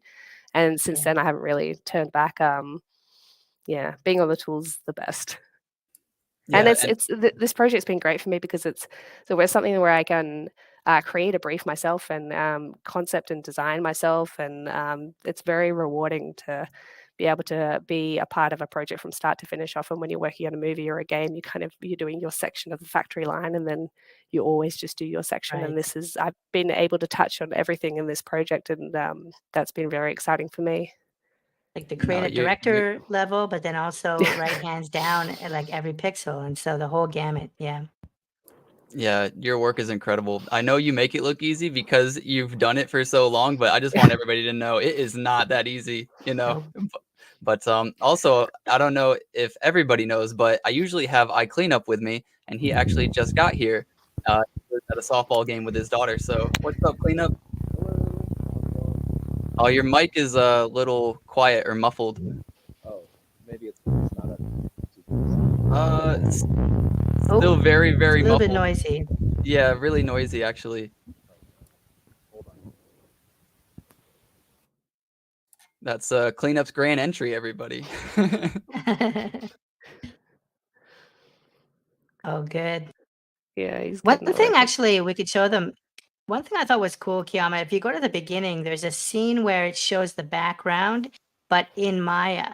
And that's something that's really cool, I found. Like even the background it's not done in 2D. If you scrub forward, there's one where it shows the purple part of the background there. They're Oh, here? here. So that's the background actually in Maya, in the 3D world. Everything that she does is in Maya. And so all of the light refractions, all of the effects, maybe not so much on the background piece, but it's all in the 3D world. So everything is properly simmed through the physics engine and everything else. And I think that's really helped us like take the art to a next level. Yeah, and it's using a lighting setup in a HDR if people are familiar with it. So it's using a lighting setup that has been captured in real life and lighting the scene based on a real life scene. And then I've put in this. You can see that kind of maroony sloping background. That's kind of help with bounce light for the character. It just helps when you have a floor because you don't want him kind of floating in space and light coming up through the ground or anything like that. And then what you're seeing behind with the hunter's background is just a backdrop that sits in, but it does add to the color reflection that hits his body as well. Yep, there's color bouncing off of that. Whereas if we could have just rendered out the raccoon transparently and overlaid it in Photoshop on like a 2D background. A lot of projects do that. It's a different design decision, but what's unique about this project, to my knowledge, is everything is rendered in Maya. And it just takes the light refractions and the realism to a level you can't do otherwise. And Timmy actually does a lot of the rendering on his side anyway, so he's familiar with Maya and the software that I use and familiar with the lighting setup and the technical side of how to get things to come out looking polished and clean. So, he's also got a little bit of 3D in it. Well, familiar is a very generous term. I've got basically a video card. I've got the NVIDIA 3090, and so that's why I do the rendering. But she created a script for me, like click here, click here, click here. That's basically as familiar as I am. Maya's hard. I found Maya a lot harder than Unreal Engine. Yes, it's not very user friendly in a way. It can be quite complex. Things are really hidden inside folders, inside folders, inside folders. So you need to know your way around with Maya. It's probably not the easiest 3D software to start with, but it is very powerful. But you know what? So is a lot of the free software, Blender and other software like that that's coming out for 3D is very powerful on its own. So I take my hat off to them, and it's open source as well, which is great for anyone who's interested in getting into 3D. That's crazy, though. You have a 3090. I hope you didn't buy that during COVID times. I did actually, but I needed it to do my mocap, to do 3D Timmy. I needed a 3090. So I actually bought it last fall, but no regrets. I love it. It's my second child. I just love the video. I need to get one of those. Yeah. I'm running on a piece of crap over here. Definitely need to upgrade. What are you working with? I don't even know. I'm not even sure. It's a few years old now. That's fair. I have a 1080 and it's starting to go on me, and I'm like, no, I don't want to see it go. So we could maybe stop sharing for a minute. I see that Cleanup is here now. No, I think Atlanick can control that. But yeah, how's the audio working now? I think my audio is just fine now. Is that right? Very good. It's a lot better. Yeah, Okay. much better. Good. So it's nice to meet you all for the first time. Timmy, I'm somewhat familiar, with you. Kiama, this is our first time meeting. So you do the 3D render. What? Yes, I'm new to the space, but I'm the artist that's involved with Raccoon Syndicate, and Timmy's brains. I'm not so sure about that, but yeah, just too generous. I want to know. I understood there was a baseball game. Did you win? I want to Softball, wasn't know, it? or was it softball? It sounded like it went. Did it go extra innings? This is the news of the day. Is this softball game? Tell us all about it. I mean, sure. So my daughter plays travel softball. So we're out at a place maybe like 30 or 45 minutes away. It went to 7 innings. Generally, it's only about 4 is all Oh, they wow. get in. So it was Quite. almost like double the time. It was like a 3-hour game, which is incredibly too long, Yeah, to be quite she must have fair. been exhausted. How old is Yeah. she? Yeah, she's 13, and so she's the starting catcher on there and wow. stuff. So she was in that gear the whole time. So I came Is came it home. hot? Yeah, it's about 90 degrees here. Oh, wow. That is hot. That's about 30 for us, Kiama. Oh, I I was think. like, what is that? Yeah, Yeah, it's sorry. getting up there. Sorry, yeah. Hot So day. yeah, it's a hot day. We were in the sun. I mean, I'm kind of burnt and red, you know. Wow. But yeah, they ended up winning by 2 runs, and then that was it. So it was like 26-24. Oh, wow. Is it So common for games to get that high of a score? no, the pros get to like sometimes 2-0 and stuff like that. So it's there was no defense allowed. Essentially, it looks like. So Wow. yeah, it was quite fun. Yeah. But again, very long, and so and with sports, and I don't know how you guys are with sports, but with me, like I'm really competitive. I came from a very like successful like sports background, believe it or not. This shell of a body was not like this big at one point, you know. And so I came from like a very high driven sports mentality. And Wow. so what I'm learning is uh, guy sports and female sports is different in how I can approach the player, right? And so the way I approach my son is very different than the way I can approach my daughter, just because there is somewhat more. They take things to heart. Like girls, I would say on the whole are a lot smarter than guys. I mean, Agreed. you know I what I mean? agree. Yeah, I agree with that. I agree. You know what I mean? So when you tell them something, they analyze it so much more than guys do. And so I can tell my kid, this is, you got to do it this way. It's got to be this way. It's got to, you got to do it every way, that way every single time. Whereas with my daughter, I have to approach her like, okay, so how did you feel about this particular sequence of events? Like, what were your thoughts on it? What could you have done better? Right. So I almost have to take more time and speak to her like a good human being would speak to another human being, I guess. I don't know how else to better explain it. Are you guys involved in sports or anything, or any hobbies outside of the 3D art space or Cardano? It's a very short NFT? answer for me. I'm very little on the exercise front. I come from an active outdoor family, so they're very into hiking and getting outdoors. There's no running on a treadmill for my family. They're all running up mountains. But I'm less inclined. I'm more computer oriented. So I can barely touch my toes. No, I don't do much. Yeah, I'm kind of the But I same will way. encourage my kids to. I will. There you go. It seems like a very important social and competitive, healthy competitive way to kind of stay active and get part of a community. And, I think I wish I had done more of it as a kid. I like to walk myself. These days I've been getting into audiobooks. I'm reading a book, The 3 Body Problem. I'm actually almost done. It's a very popular science fiction book. But I like to have the audiobook and kind of go for walks. There's like a little mountain, the kind of hill thing. I'll walk up there a little bit. but I do like to sit. It's very hot. I prefer to just be sitting at home in the air conditioning, and that's kind of like the genius of our project, the hold to earn. It's basically earned by sitting. I think Kiyama said it well last week. Like, you get rewarded for a good sit. You don't have to log in every Amen. day. Amen, brother. You don't have to do anything. Just hold the raccoon, and we'll give you an NFT every 2 months, and you decide what to do with it. Yeah, they're living by our participation trophy. philosophy. Yeah.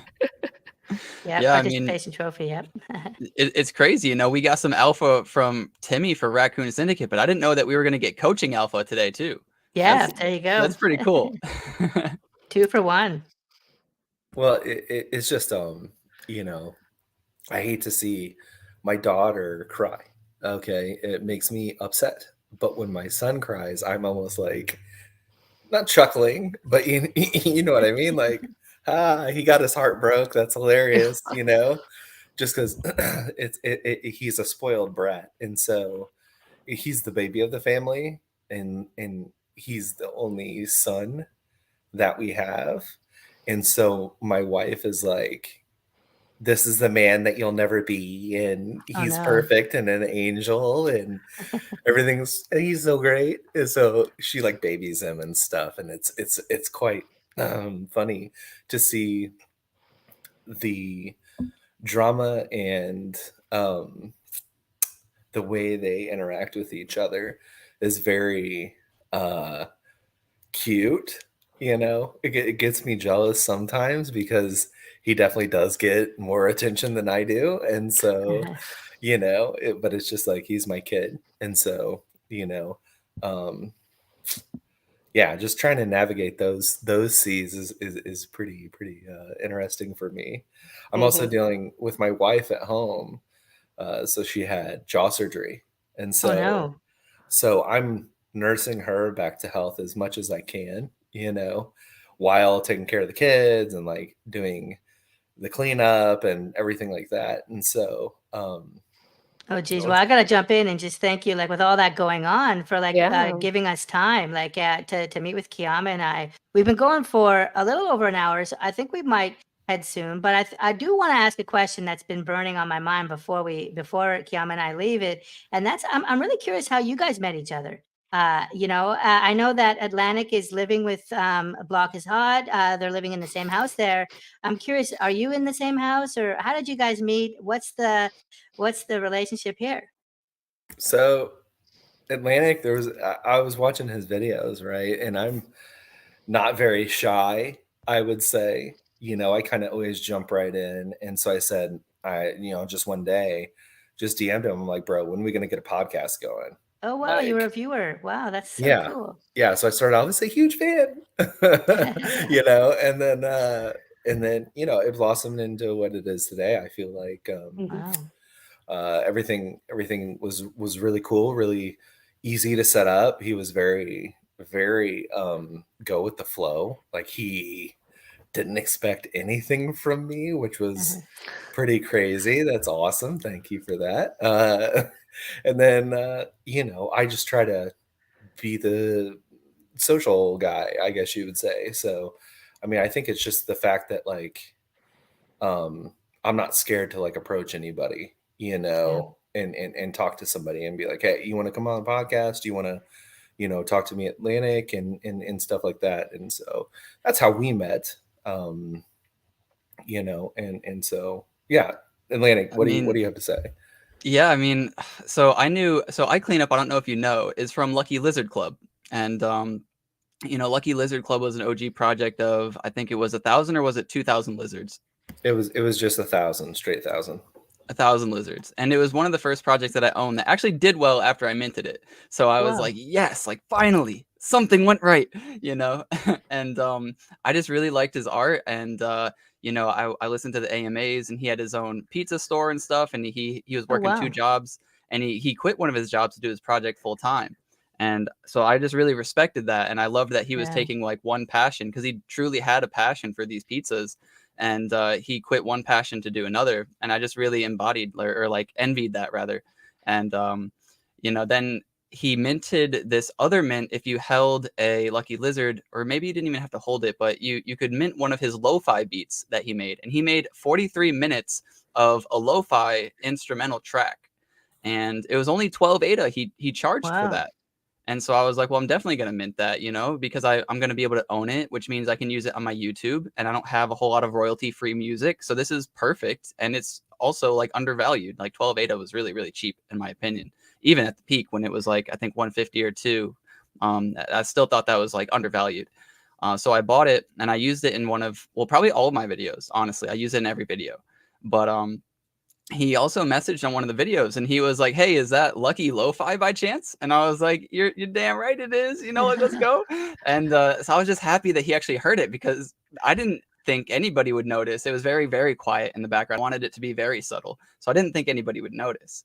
And yeah, so then he messaged me to do a podcast one time, and I was just like, yeah, let's get it together. And then, you know, like a week or two went by and he was like, are you serious? And I was like, yeah, like, let's do it. And so like Wow. we just did Very it. cool. Yeah. Well That's great. done. I was just checking out the Lucky Lizards too. They're pretty cool. I like the one with the pot on its head. There's some like the planted pot. There's some unique traits here. So very well done. That's cool. I'm glad that hit my radar. Yeah, it's interesting just because there's not a whole lot of lizards out there, or reptilian No. sort of. Mm. Well, we have crocs, right? Yeah, And we have stuff. crocs and gators now, but when did this come out? So that was October 2nd of Yeah, so when this came out, 2021. there was no reptilian, amphibian, or anything to speak Nothing. of. Yeah, and So so pretty innovative there. And it looks like the I look- 39 floor, but the floor at 39 is really small. If someone goes in and buys 20, you're quickly at 100 floor, and you're Right. at 1,000 ADA past 50. So that's pretty interesting. And Mm. so, yeah, and the more that I look at them, the more like I still love them. You know what Yeah. I'm saying? It's almost like not a first baby, but you know what I'm saying? Like my first love inside the space, and it's like something that, you know, was produced and, you know, has my name on it. So it's like really cool. Like, you know, my parents have no idea what the heck this is.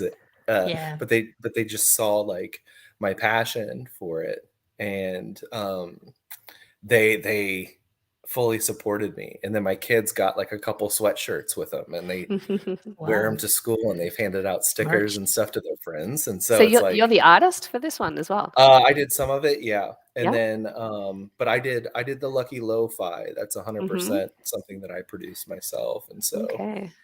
yeah. It's definitely you know, it was difficult because it was like it wasn't as successful as I wanted it to be, right? And when that happened, it kind of put me in a different sort of mental state, because it was something that I actually like thought about and sunk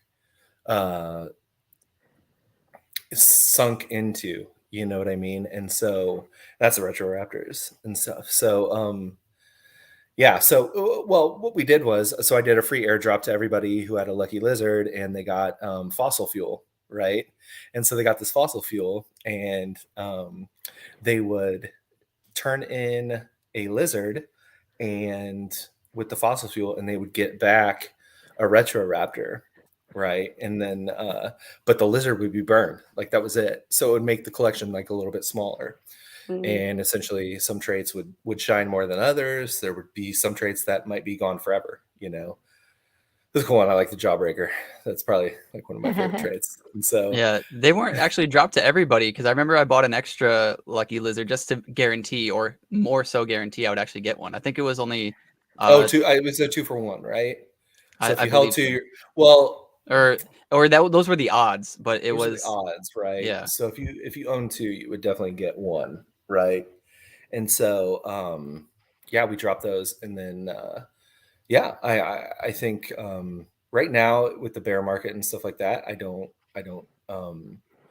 I have something in the works right now. I have another lo-fi album that's completely finished, that's done. And originally I was going to release it with the Chilled Kongs, but then he kind of backed out of that situation. And so, because they've been kind of taking their time anyway. And so I have another lo-fi album. I don't think I'm going to release it anytime soon. Got it. But Wow. yeah. So Sounds like you're busy doing a lot of different things. Yeah. A lot of different projects. I think, I think it's cool to be talking to another creator, and you've done a lot of this space in the space. So we might have to reach out again later. Kama, is there anything that we missed with Raccoon Syndicate? Any news that we have to share before? Like, I know we both have to jet. Or Atlanick, any questions that were maybe in the chat that we didn't answer as we get ready to wrap? I was going through every question that I saw, so I don't think I missed anything. But if anybody does have a question, this is probably the last minute or so before they head out. So if you have any questions, please ask. I like this Eddie comment Z, from throwing out some love. and Zirko. I like what Zirko has to say there. Let's bring up Zirko's comment. Oh, Got he myself got a a lizard. lizard. Let's go, Let's baby. go. Oh, yeah. Let's And go. a boss cat. And a boss cat. And I a love boss that. cat. Yeah. Okay. Did you cover like what NFTs they're into at all? So Kiyama just got her first NFT actually not too long ago. Okay. And I we got went a over lazy Timmy's llama. first purchase. Okay. Lazy llama. All right. It was gifted to me, Okay. but I'm very happy with it. Well, I mean, if you DM me, I'll send you a lizard. I have plenty of lizards, so My fifth one. yes. She's cleaning up. Yeah, exactly. You should change your name to Cleanup. Oh, there you go. Clean up. Yeah. Beautiful. But yeah, That's awesome, guys. so that's cool. Yeah. Well, thanks for Yeah, having us so- on. Yeah, no problem. You can obviously stay as long as you need, but I know it's definitely getting late and you guys got stuff to do. So I'll wrap it up with you guys. I will stick around a bit longer because Cleanup just got here and we'll go over some of the NFTs that we minted this week or we didn't mint this week. And nice. but I just want to say thank you guys so much for coming on. And if anybody wants to check out more of their Raccoon Syndicate, I have all their socials in the description below. So feel free to wow. go check them out. Well, Thank thanks so much, you. Atlanick, and thanks for making time clean up. Like a very busy day, it sounds like you had there, and with the jaw surgery in the family and everything. I really appreciate that. It's not easy Yeah. to do that. Yeah. So, yeah. Thanks for coming on. Like honestly, I really wanted to be here. I did not want to miss a single minute. That's never my goal at all. I think there's been one other time where it's like, oh crap, I got to go, and it was very spur of the moment type things. And so, I apologize for being late tonight. But man, I would love to sync up and ask you guys more questions. Just my own personal. Well, I think we need to do this again. Maybe at the end of July, true. first week of August. We should maybe come on the show again. We almost have to now. So I don't want to Absolutely. invite myself on the show, but I think I might have just done that. You may So have, yeah. Hey, we'd a love to few come on people can again. invite themselves, all right? And you're one of them, all right? I think we'd both love to come on again a little bit later. Yeah. For sure. We'd Yeah, love that'd be to. great. And when mint? Yes, when mint? August. August. Okay. September, and October. 3 Okay. mints. Yeah, Okay. we're gonna split it up. So yeah, good question. We'll probably do the first or second week of August, I think is what we're looking at, but we'll see. Okay. But definitely August. I'm gonna hold you to it. I like 9 Is times this out of 10. recorded? What's that? Nine times out of 10, when we have guests on, I'll jump on JPG and Yep. buy whatever is available, right? Oh wow. So unfortunately, you don't have anything just yet, but I can promise you this: I'm gonna mint at least one. So Oh, Yes. there we go. Oh, we'll be there. talk about this too. Maybe right after they leave, you might want to mint 6. Oh yeah, that's right. There's some interesting mechanics, but yeah, we appreciate Mint 6. anything, and yeah. Okay, Yes. 6 it is. Or 10 if you're me. Or Well, we 10. haven't released the price yet, so let's wait until we see the price. We don't want Fair, to fair, commit fair. to It certain doesn't numbers. even matter. Doesn't matter. Oh wow. Doesn't Gotta matter the clean up. price. I Yes. got 6 or 10. I don't even know. It just depends. Yeah. All right. Once again, thanks guys. I hope you enjoy like the rest of the show. Thanks for having us on, and yeah, we'll catch up again soon. Thanks, Thank you, guys. guys. Bye now. Have a good one, y'all. Bye. So yeah.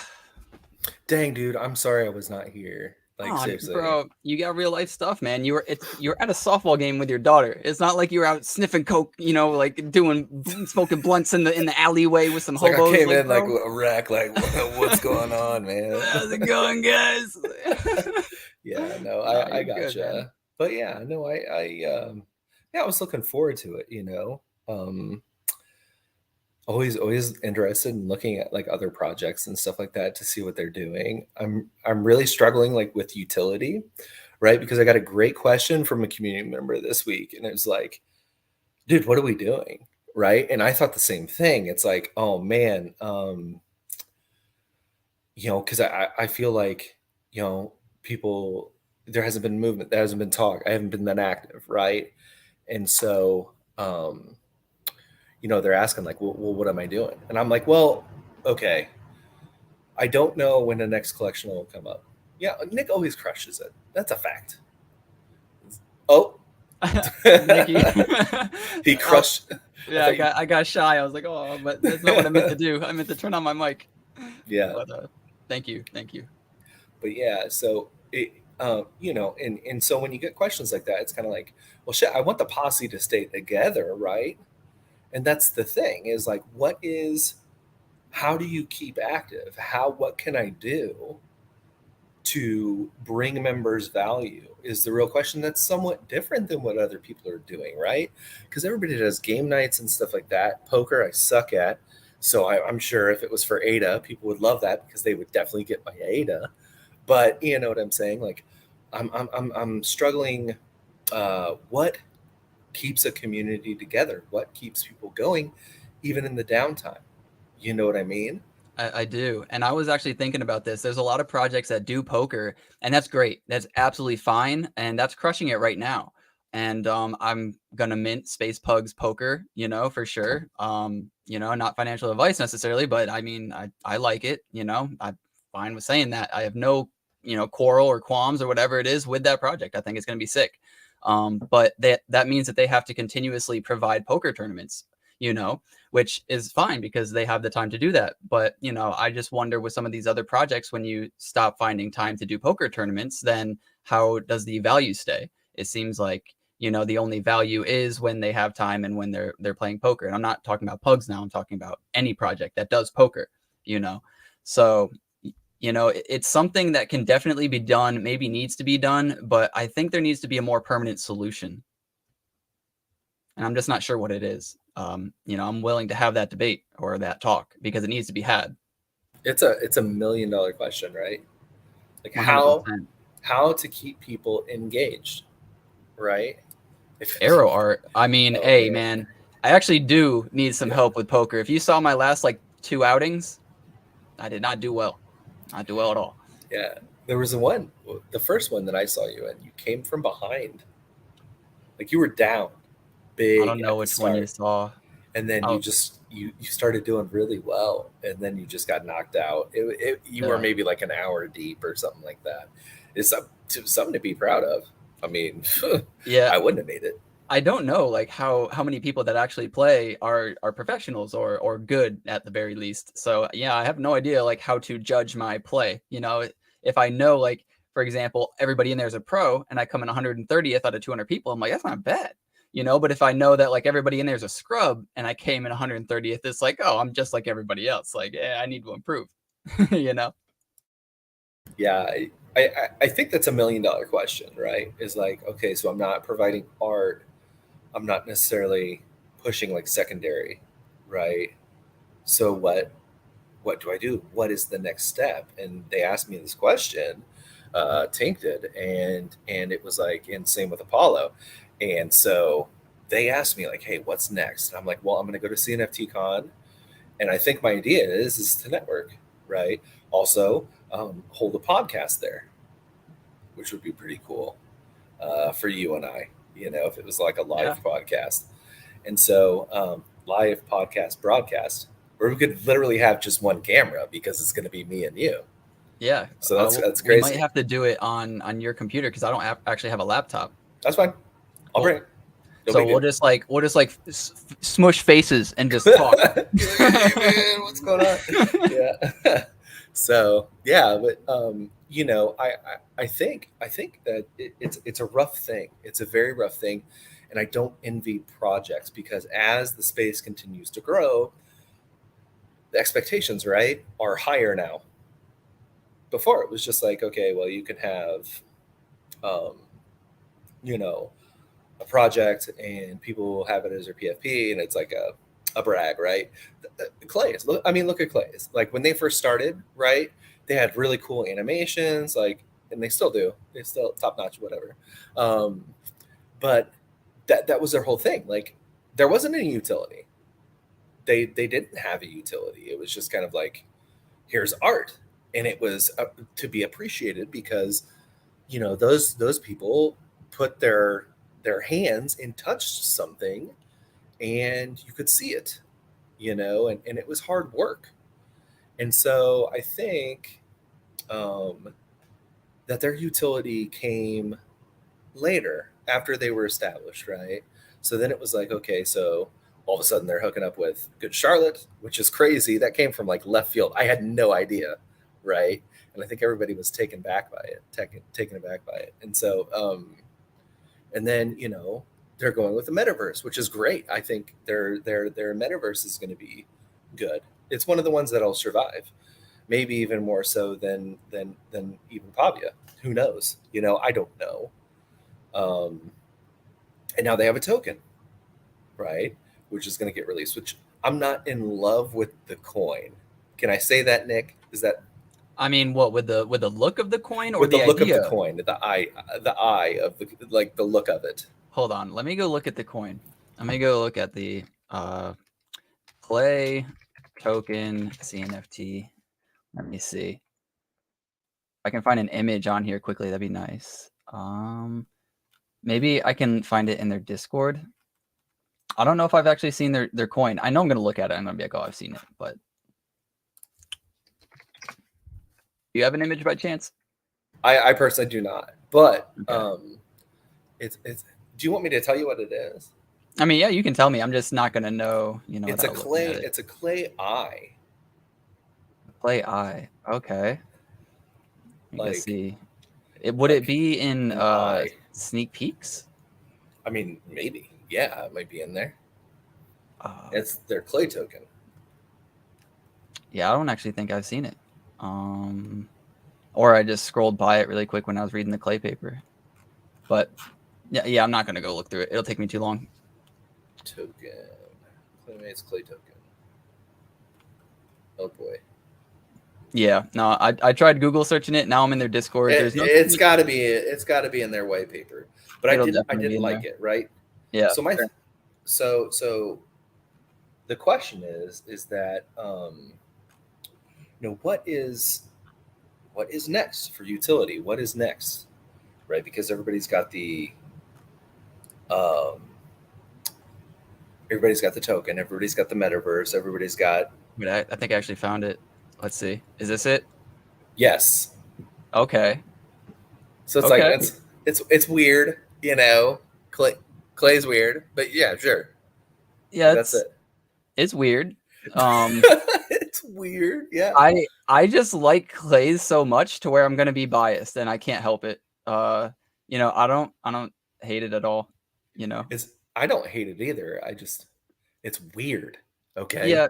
I thought Clays in general were weird, which is why I didn't mint them or buy them, and I regretted it strongly. So I'm not gonna fall for that trap again. Yeah. And so that's the thing. What is the utility? What's the next utility? For your project, you're saying? For my project, for anybody's project, what is it? Well, that's a good question too. Like we had this conversation maybe 2 or 3 podcasts ago, but there's a lot of projects that are doing the same things. They're like, oh, we're going to have an art or a token, and you're going to be able to either stake it or hold it and then get some earned or whatever it may be.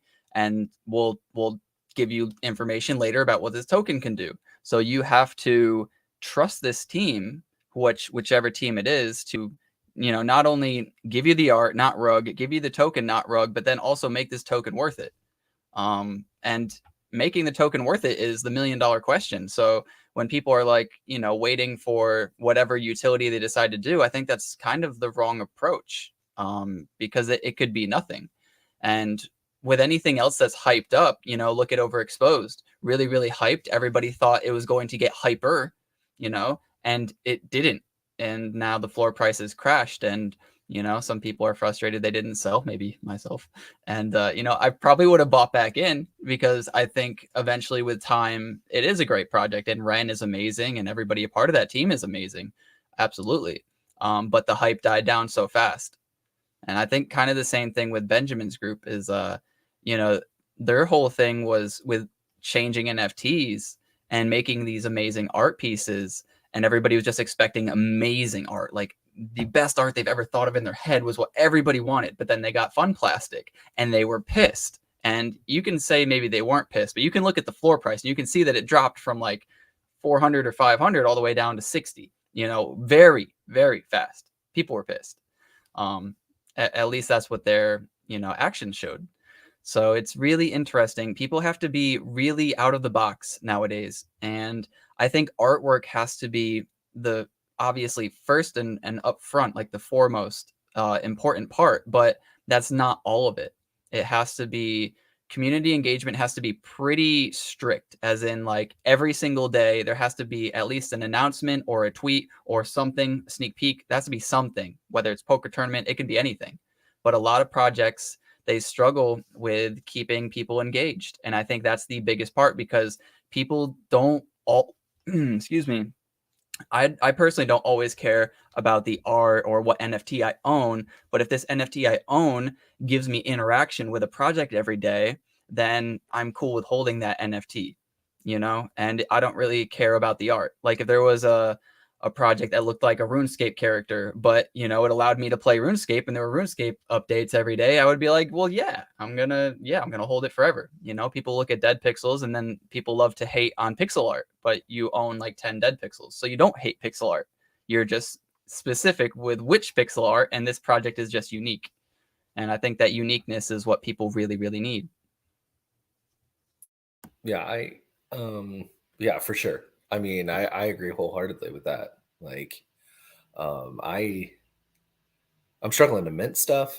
You know what I mean? Like, I don't know if you're struggling. I mean, I know a couple videos, you're like, I'm not minting anything this week. I'm not minting anything this week. You know what I'm saying? So you are staying true to your word. Like you're not. Yeah, no, I haven't minted anything. Yeah. I didn't mint the last 2 weeks. Do you have an did I mint? itch? Do you have an itch to mint? I do actually. I wanted to mint Wise Guys. They didn't do too well, so but I didn't mint them. I continue to watch them on the aftermarket. Actually, let me go check them out real quick. I wanted to mint them, so that would have been a mistake as far as flipping immediately. But they're not doing horrible. They're at a 45 ADA floor, and the reason why I liked them was because they were around before. They had their alpha channel in Discord and they created a community before an NFT, and I respected that because that's what a lot of projects are missing. They launch their Discord and then mint. They launch their Twitter and then mint. And I've been talking to a lot of people about that, you included, and I really liked the fact that they had their community first. So I thought, you know, that's a good recipe for a project. They didn't do too well, but I don't think that's the project's fault. I think it's a bad time to mint, which is why I'm not minting anything, because I'm not trying to pick the one project per week that actually does well if one project does well. The other project I really wanted to mint today was Summoners Guild, and I can still mint it. But as you can see, the mint price is 60, and the bottom line one, the common, is 38 ADA. And if you do get a rare one, it's only 70 ADA. And then if you get the rarest of the rare, it's 125. So a double at best. And so that's not good risk to reward in my opinion. But if you do like the project, it's probably worth buying and holding because these are their essentially passes to their project. You'll be allowed to mint their creatures when they release. So that's I always think that those like mint passes are one of the best investments because if the project is going to do well, those will do the best, you know? So that's why I was interested in this project, but at least immediately they're not doing too well. We may see something like a Outer Space Society thing where when they did their mint passes, they didn't sell out. People didn't really like them. And they were only like, I think 30 or 48 at a mint. And then they went crazy after they made an announcement. They adjusted some of their things and, they did really, really well. So this is still something I'm debating. Like maybe I do buy one off the floor, but I'm no longer going to mint just because, you know, the floor price isn't great. You're still muted. Okay, now I'm unmuted. Yeah, I get what you're saying there. I usually look forward to like Sundays. Is generally when you come out with the weekly mints, and so I've really looked at the past like 2 because I've been home, you know, a lot, being with my wife and whatnot, and so yeah, I didn't find anything that was too terribly like crazy. You know, I've just been kind of looking at older projects, right? So like Rucking Hooker said, you know what I'm saying? I think like sorry, Aero Art, you know, just kind of looking at projects you're already in and trying to see. And are we at that point in time where it's like, you know, are they going to kind of separate themselves, right? To where it's like, okay, so some projects aren't going to be around next bull run, you know, are the things coming out now, or are they going to stick around, and what is that looking like, you know? And so I think, you know, if you think in those terms, it kind of gives you a grim outlook, you know, on certain things, you know? Yeah, and it's really hard right now too. I was very jumpy the last kind of like bottom out that we saw in the market, and then we saw like a little bit of upward trends, and I was like, we fell really hard. Like this really could be the sign of a turnaround, but I didn't think it would be a turnaround for the rest of the year, but I did think that we would turn around a little bit for like a month maybe and then fall back down. But no, like a week later after that little bump, boom, we hit another leg down. And I was like, dang, like I really got to be more like patient in this market. I'm shooting myself in the foot here, you know? And now we after that second or third like large leg down, I'm really thinking, you know, again, like, you know, it's starting to tick back. I think, you know, we have like a month of bullishness, and at some point we will, right? Because the bear market doesn't just go down, you know, it will go down and then you know, kind of bump back up and then go sideways for a while, fall, you know, and then eventually we will have like a small bit bull run at some point.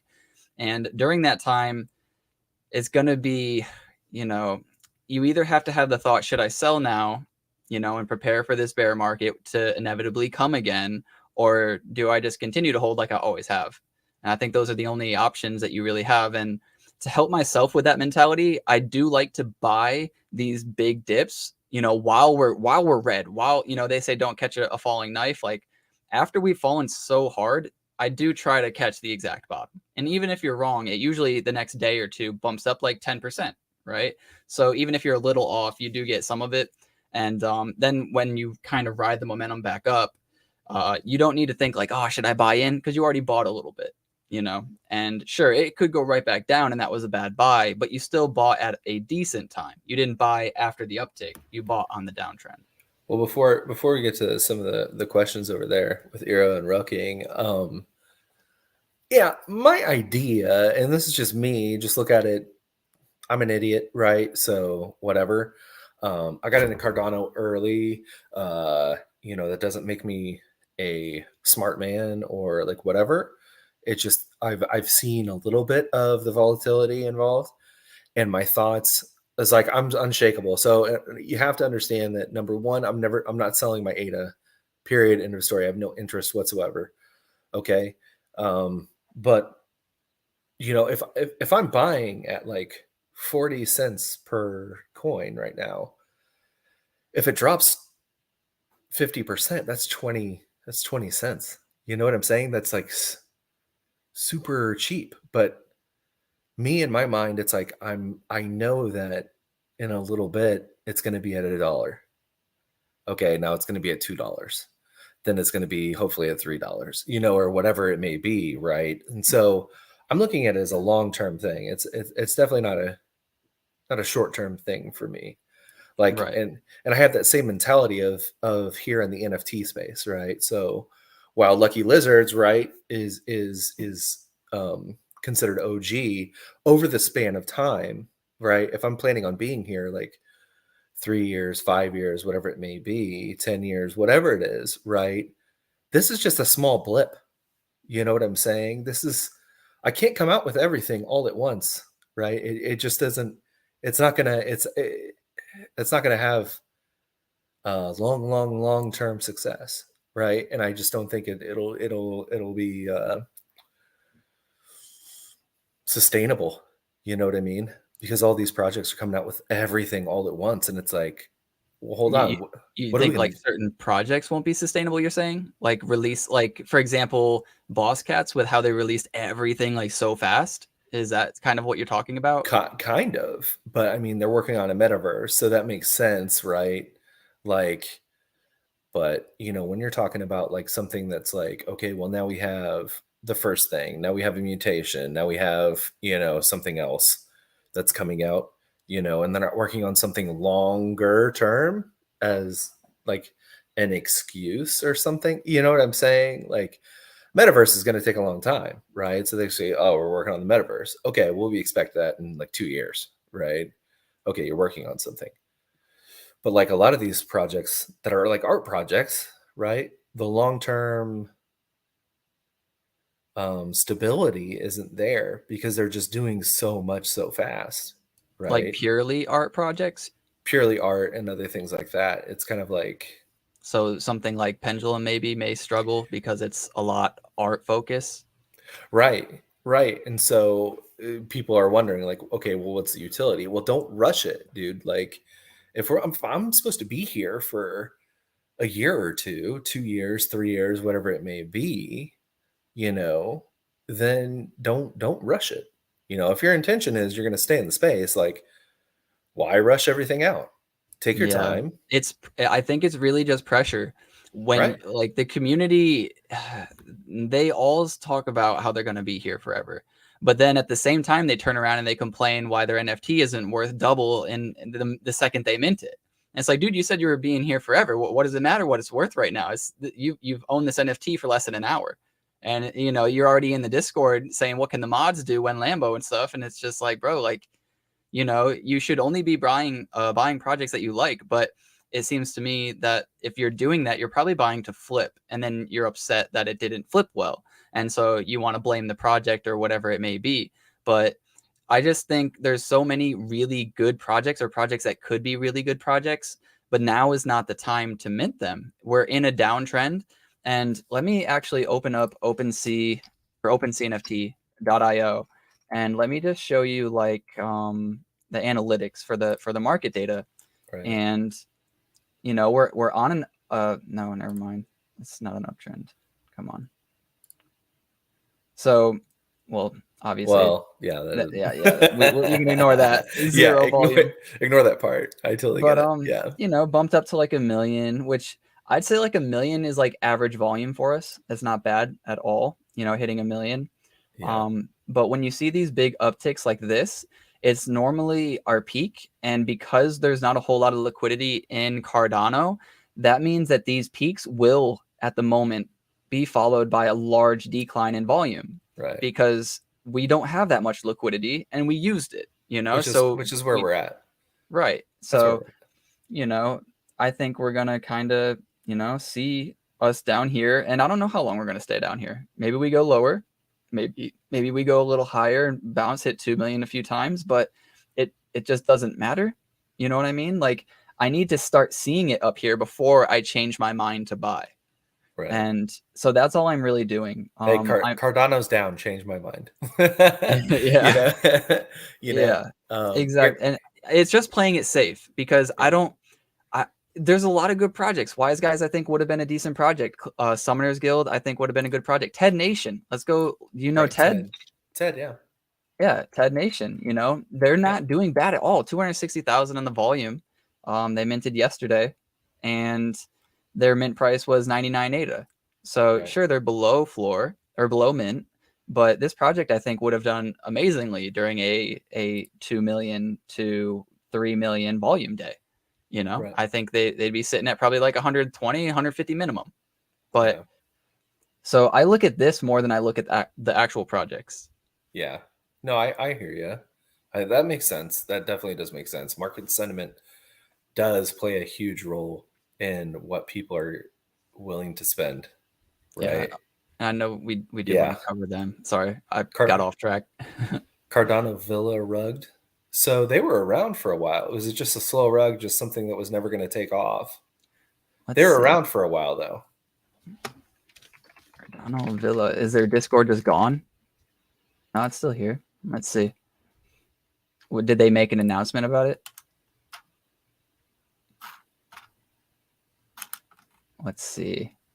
We're going to say in the past few days, hard on the team. Also, our dev has had a trip and recently lost his luggage, which can. That's why I'm sorry for the wait on top of that. On the other hand, our latest partner. Okay. Okay.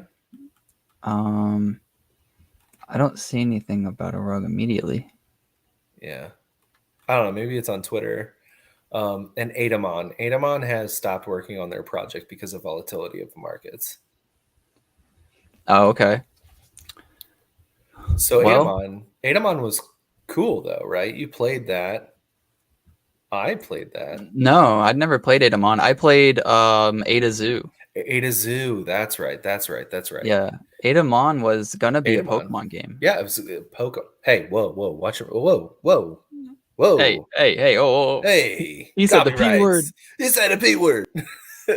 No, so yeah, but it was supposed to be a Pokemon like game, which people it's all the rage, right? Yeah. I think it's really cool. I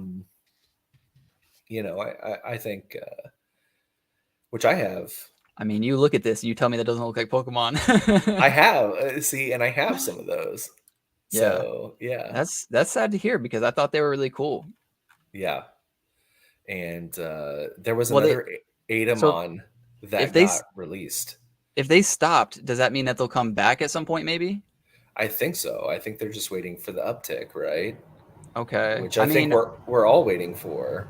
I just kind of don't think, unless they're running out of funds, I could understand that, but I don't think they should stop, working, because as soon as if they continue to work and they have something ready, and then by that time the market's back, it's like, cool, now you planned it perfectly. You did all the developing during the boring stage, and now you can hype it, and you have something to show now. That's really cool, and it would go crazy.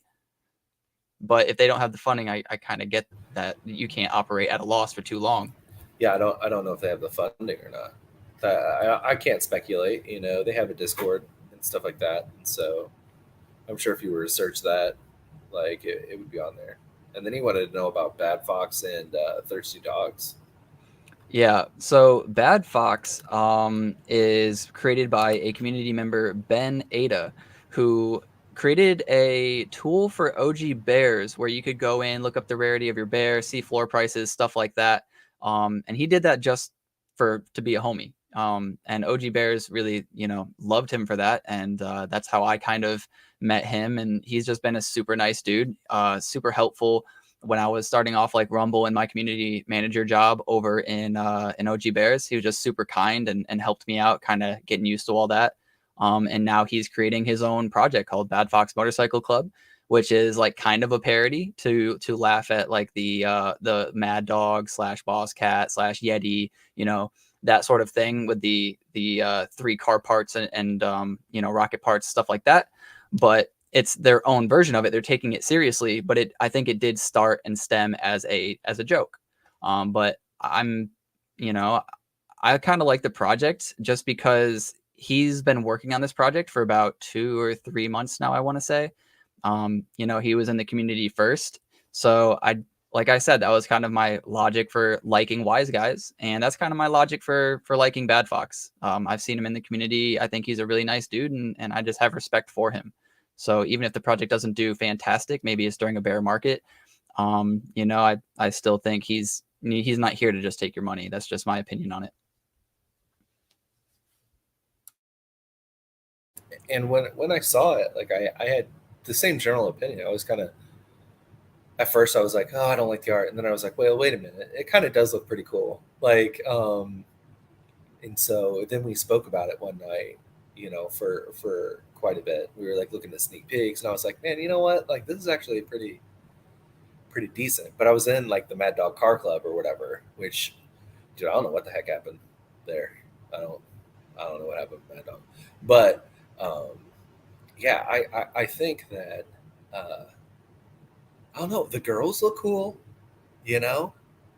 The trades look great. I mean, I think like, but the only thing I will say, okay, and this is me being analytical or whatever. Look at the top right. So just looking at it from right here, like without zooming in, right? Like, go ahead and X out of it. Like that's the profile pic. And if you look just regular, not full screen, but if like, okay, I see the size of the profile pic and you can't really tell like what it is. Like I feel like some of the traits have to be clear and concise, right? So if you look at the other ones, you can kind of tell like, okay, I can tell what that is. I can tell, what some of these other traits are, and it has to be simple, and I think that that one's a really hard. Like you might not be able to see it as a PFP.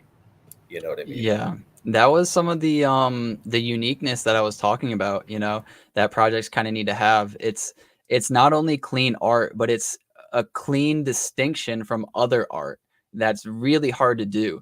And that was actually what I really, really liked about melting Moon Boys.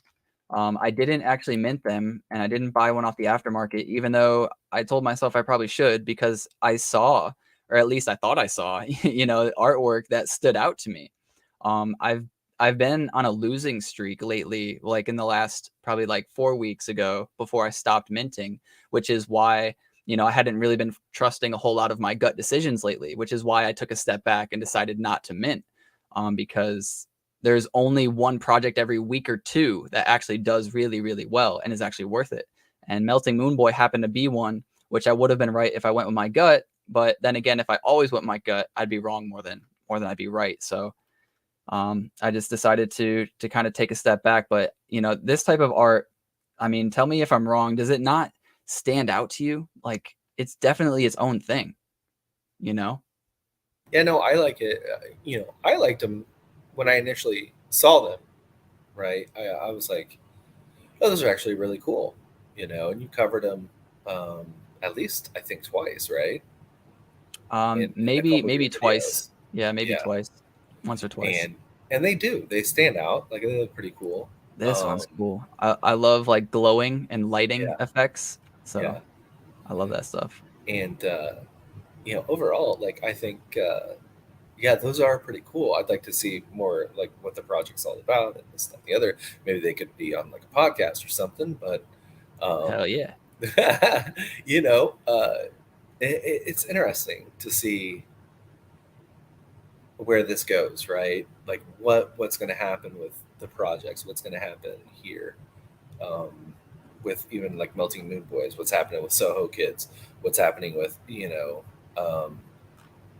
all these projects that I had pretty decent high hope for, and then it just kind of Yeah. fell, by the wayside a little bit, And so what's next for Soho?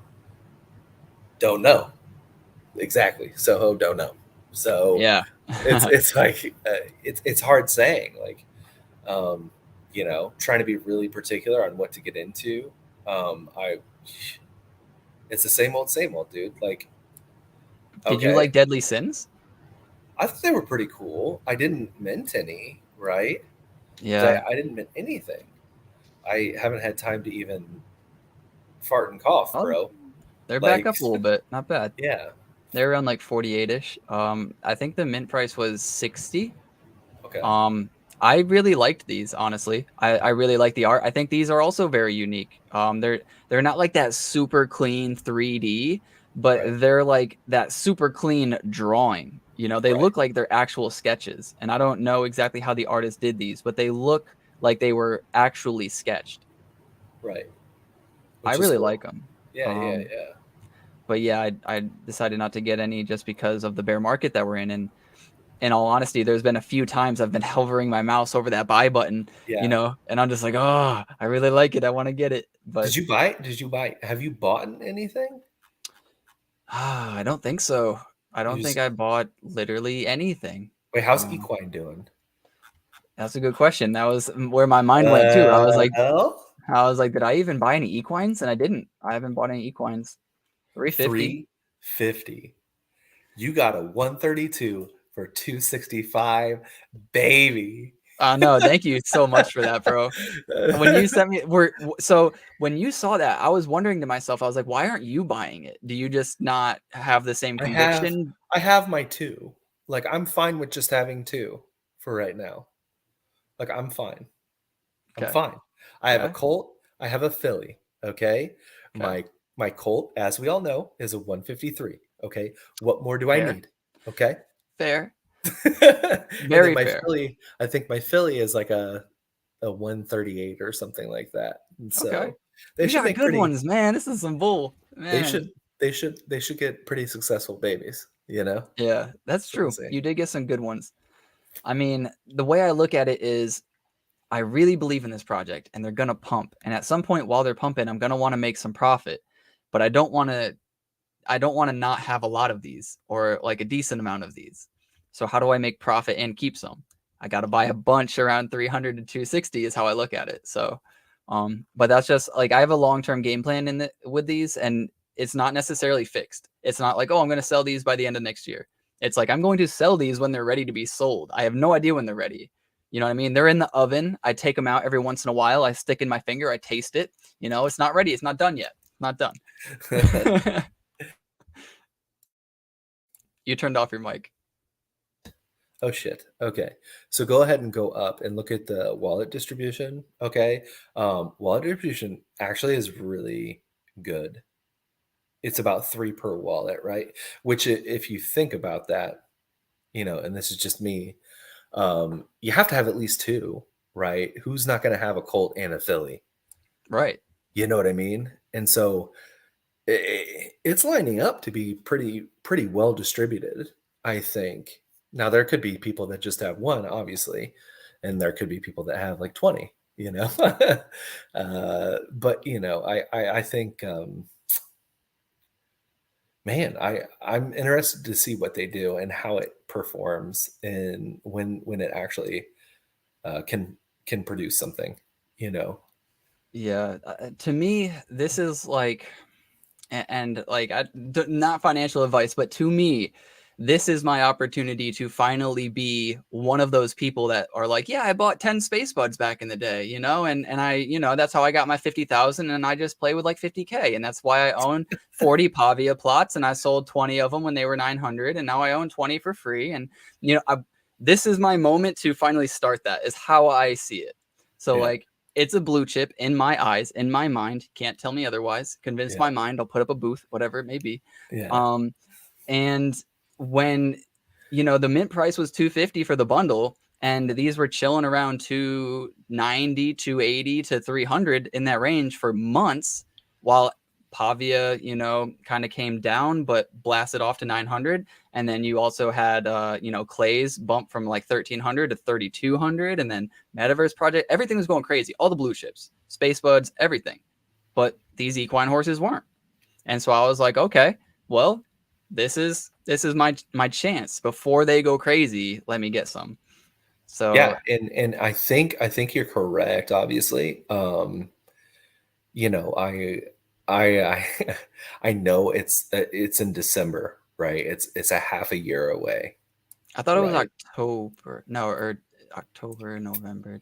Yeah. Maybe it's, Yeah, I don't know, around that time. whatever. Quarter 3, quarter 4, whatever you want to Yeah. say, right? Yeah. And so um and it is true. I think people just kind of like slept on it or whatever, and they kind of left it on the back burner, right? And went and played out in the front yard, you know. But I mean, like, I want to say people are going to start positioning themselves to start soaking up more of the actual horses. Uh, you can see it kind of in the uptick in price, right? Like people are, I think, going to start positioning themselves to where the barrier to entry will be higher come like September, you know, or Oh, of whatever. course. Whenever they Yeah. have their first big, huge, like tease or broadcasted game or whatever it is. Because, dude, I'm thinking real crazy stuff. Like, imagine if somebody was broadcasting on Twitch and you could make bets, you Yeah. know, based on the race outcome in the chat. I mean, there's something else I gotta say too. OG Bears, man. All right, OG Bears. I'm not gonna pump it, bro, but let me just say, 78 right here. You know, let's go look at their peak or whatever was 80 or 90 at some points, whatever. They've promised that the month of June is the release of OG Bears, and they haven't released yet. So let me tell you, that leaves us with 3 days. All right, 3 days before the game comes. Okay. All right, you know, hey, look, I can't promise it's going to come out. All right, I can't promise that. I'm not in charge of that. But they're still holding to it. They're still making announcements in the Discord. Hey, it's coming this month. It's coming this month. Well, that only leaves 3 or 4 days, you know. So well, and people don't understand this, and that you're like the community manager. I am. You're not a dev. You're not in charge of trades. You're not in charge of secondary sales. You're not in charge of any of that stuff, marketing really, or anything like that. I mean, maybe a little bit of marketing, right? Like not advertisement, but advertisement. I mean, you can probably consider this a bit of marketing, right? Right. I got to pick up a bear. You got one with a, where's that salmon at? Yeah. Where's that salmon? If you look too, it's really hard to find a bear with anything in its mouth. So the cheapest bear with something in his mouth is 82. And these things in their mouth, by the way, are redeemable every single day. So you'll be able to eat this chicken wing and then get your energy back, and then play tomorrow and also eat this chicken wing and get your energy back. So that's why these bears are actually a lot, in my opinion, a lot more valuable than just a floor bear without any trait in his mouth. Ooh, there's one with a fish in there. Yeah, and so with the fish, I'm imagining, and I don't know 100% for fact, I'm imagining you'd earn some of their salmon token every day with this fish trait. But, you know. Again, you are just the community manager. You are not a dev. I'm speculating a bit. Yeah, and I'm speculating. So if you have a problem with OG Bears, from a dev perspective, that's definitely not Nick. Okay. Yeah. It's all good. I know there's definitely been some frustrated people that have hit me up in the DMs, and I'm just like, I'll just like respectfully like tell them like, all right, cool, like whatever. But obviously it'd be nice if I didn't get those DMs, but it's all good. I'm kind of used to it at this point. Yeah. So but I am a dev. I'm an artist and a dev. So if you have a problem with what I do, then by God, get a hold of me. You know what I'm saying? Like, or me, I'll give out your address so you can go fight. That's fine. That's fine. You can fight me. That's fine. I'm a lover, not a fighter. But so what about you, man? Do you have anything on your radar? Man, I don't know. It's coming up on July, and they're saying, like, I keep beating a dead horse. Chilled Kongs is doing their thing in July. They pushed it back a month. And it's crazy how fast June went by, man. It's ridiculous. We're halfway through the year right now. Yeah. You know what I mean? It is actually really crazy how fast time is going by. It's scary. And so right now, floor Kongs, some of the ones on the floor are not like super attractive, but there have been. And the craziest thing is, if you go down further, some of the ones that like look like really, really good, worthwhile or whatever, have been accepting like a lower offer at like 23 or 2200, right? So I mean, people might want to shoot their shot. Like, if you've ever wanted to get in, now would probably be a good time. That's a really cool thing that JPEG added, that you can make an offer. Yes, I really do like that. Yeah, and so put in offers, on things, even stuff that's unlisted, you can still offer. Yeah, because there are people who aren't maybe active in a project, might forget that they're holding it, right? And then that little ping being like, hey, somebody put an offer in. Oh, okay. Cornucopias. We're looking at cornucopias? Well, I haven't checked them out in a bit, and I was actually curious to see how their land's been doing. So seeing their small commons still be around 193 shows me that the small common floor price hasn't dropped too much since mint. So that's pretty good to note. But I think stuff like the mediums and larges have fallen in price. I'm not entirely, Or yeah, because I think you get with holding the lands, you get some benefits, and I think it's whitelist spots on their next the bubble domes or the Yeah. that you'll put on your land. Sure. So I think people were buying some of these small prices or the small plots just so that they could be whitelisted, which makes sense. And that's actually the same reason why Clay Nation's pitches went up in value, because it doesn't matter if you own a small, large, or medium. You'll get the same clay of 5K clay allocation. Right. And yeah. So what is their floor? They're at above 400, yeah? Because they were at like 380 for the longest time. Right. Or whatever it may be. So one thing I will say, one thing that I did learn this year was that it's cool to get rare stuff, and that's really great. But if you're looking to flip something, like if you have no interest in a project, right, you just don't really care. Okay, let's pretend. You actually want floor items because floor items will sell the fastest. And I think a lot of people don't get that. Is like, you can have rare, and it's always awesome to have rare, like top 5, top whatever. And if people respect and like understand the traits and like what's cool, and if it looks great, this, that, and the other, like it's cool to hold those and have those, and that's great. But it's going to take you significantly longer to flip that possibly than it would 8 or 9 floor things.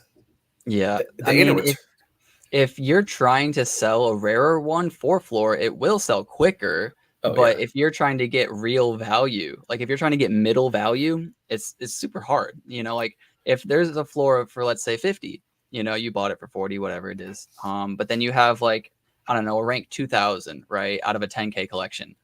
Yeah. Good luck trying to sell it for 90, or, if the floor is 50 or 60, you're not going to, it's going to be really hard to sell that asset for 90. Because people are going to look at the top 1K and they're going to be like, well, what are those? And they're going to be like, 100. Okay, cool. I'll spend 100. Cool. But they're going to look at yours and they're going to be like, why would I buy something for 90 when I could go 10-8 up more and get, a top 1K? And then it's like, okay, well, I'll go for 80. And then, but some people's mindset is, well, why would I spend 80 when I can spend 100 and get a top 1K? You know what I mean? So it's just like, dude, you're never going to win. It's a hard battle to win. Yeah. And I always, everybody wants that rare, that exclusive, like one of a kind, whatever. And like, I feel like I have that with my Chilled Kong 8040, but, I couldn't sell it right now. I guarantee, like at all. So Space Buds. Yeah. So Space Buds are going up a little bit. There was 1 or 2 under 57. One was at 56 just a few days ago. So I was actually check spacebuds.io or CNFT. Gotcha. Try CNFT tools. Because sometimes the ones on spacebuds.io are cheaper. They have like a lower floor. Yeah, you're right. I saw one the other day and I about pulled the trigger. It was 5,100. 52. Dude, I mean, to be quite honest, let's look at this thing. Okay. Dude, and see, that's a pretty nice one too. Why is he trying to sell this on CNFT.io when he could sell this for way more on JPEG? Don't say that out loud. I mean, I'm sure the seller's not watching. Let the man get his ADA. Yeah, sure. So CNFT, are you about to log into CNFT.com, CNFT.io for the first time? I don't even think I have to do it. When was the last time you logged in? 4 or 5 months ago. Yeah, it was a while ago for me. Yeah, somewhere around there. I don't even think since the new year. I don't know. It's been a long time. And they contacted me and they were like, hey, let's get your page verified or whatever. And I don't think I had any interest in it just because it's like, well, I told literally everybody in my Discord, like, delist all of your assets. We are only selling on JPG now. Yeah. Yeah. I don't know. It's bittersweet. Like CNFT had, CNFT.io started us, so like, I want to give them their flowers, like honestly, they did a lot of. You did already. What do you mean? You use their marketplace. Well, sure, but I'm just saying right now it's not like I don't want to shit on them just because something else like came along and like helped us out and they didn't. It's I like well, they don't- started it. I don't either.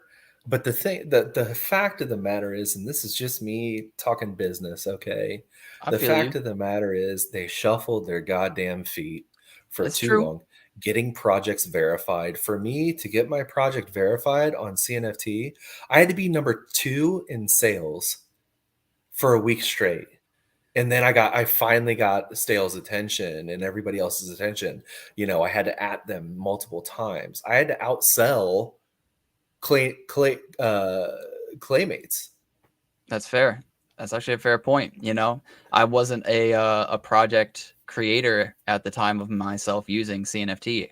I don't know. Am I verified on CNFT? And then so 2 days after we dropped, Stale finally came in my Discord, and I was like, I've sent you everything. I've done everything I can possibly do on GitHub, and you're not letting me do it. I got verified on Token way before I got verified on CNFT.io, and I was about to switch to Token. And, I was just like, what is this going to take? Like I've sold my project out within the first minute or two. We went on the CNFT update show that sold out in like 2 seconds. I remember that.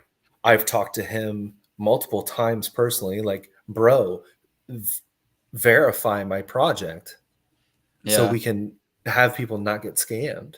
Yeah. And so I think that, and all of those people, I mean, there were service fees attached to everything. Now, don't get me wrong, like their servers, those were probably expensive to maintain, which I totally get. But, I think it was like, what, 2% of every sale on there, they reap the benefits from, and then they just shuffled their feet. Not to mention they were doing all different sorts of other things, right? They made hand over fist, like they were killing it. Yeah. And they shuffled their feet. So, I mean, and I sold a shit ton of CNFTs on there. Wait, there's a TED Nation on here I don't know if it's verified. Yeah, like how do you know if it's how do you know it's verified? I guess I have to check the policy ID. Yeah. So now we're doing this archaic thing. And now you have to go on to the Discord of TED Nation and be like, what's our policy IDs? Okay, now I'm looking at it. Okay, it's the same. Yeah, now I gotta go to JPEG and I gotta see TED Nation. You gotta use the other store. Shut up, dude. Do you see what you're doing right now? I do. I do. Let me. Hey, you see what you're doing right now? I just want to see. All right. I'm curious. All right. Policy ID. All right, and then let's copy this. Let's go back. I'm curious. I don't know. Let me see. Not the policy ID. Okay, so this is a fake. Be careful. No wonder it's 68. So, yeah, I would just say use CNFT.tools to find the legit ones. Wait, what's the next one? 54. 54. That's not bad either. Oh, maybe, yeah. For a monkey star suit, like, let's go. Yeah, what ranking is that? 9,500. Yeah, I mean, that ain't shit, but ranks don't matter, like, to be quite honest with you. We were just talking about floors too. It's more like you buy that thing, right? You know that you could sell that for 5,400. Yeah. And somebody will buy it. Right. It might not be tomorrow, but it'll be within the next like week or two. Probably. Yeah, I agree. Actually, that brings up I made a video talking about how I'm kind of preparing for a bear market.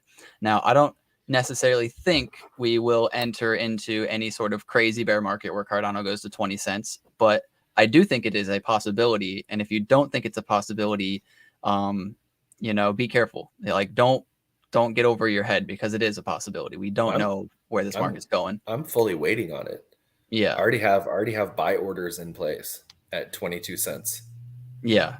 So I'm good. And that's actually a good point too. If you guys are thinking that it could go that low, or you just want to be prepared and you have some money on the sidelines and you're just like, I'll only buy Cardano if it goes to 22 cents or whatever, then like, yeah, just put in the order now. You have no idea when it's going to spike down overnight while you're sleeping. And you're going to be like, oh, dang it, I missed it. It happens all the time. I talk to my parents about it all the time too. And they're like, why didn't you tell me? And I'm like, because it happened at 2 a.m., Mom.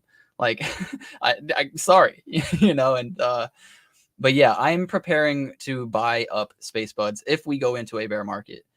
Not necessarily the price of Cardano, you know, is what I'm waiting for. I'm waiting for space buds themselves to fall if that happens, because I don't know if it's going to happen. I think Cardano falling is a lot stronger of a possibility than space buds falling. But if space buds do see some sort of dip down to, let's say, 2,500 ADA, right? I don't know if it'll ever dip that low. I'm not saying it will, right?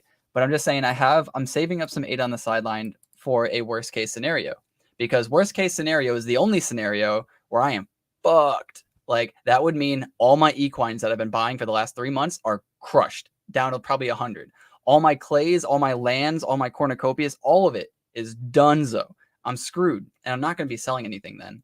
And I'm going to be really bummed if I don't have any ADA on the sidelines to pick up a space bud. I'm not going to necessarily be too mad that I don't get another clay or I don't get another equine horse or cornucopias, but space bud is something I really, really want if it has a large dip. And so I am just preparing for it. You know, if space buds go crazy and I never get in, whatever, I'm cool with that, because that likely means all my other assets are doing decently as well. Right. And that's a good mentality.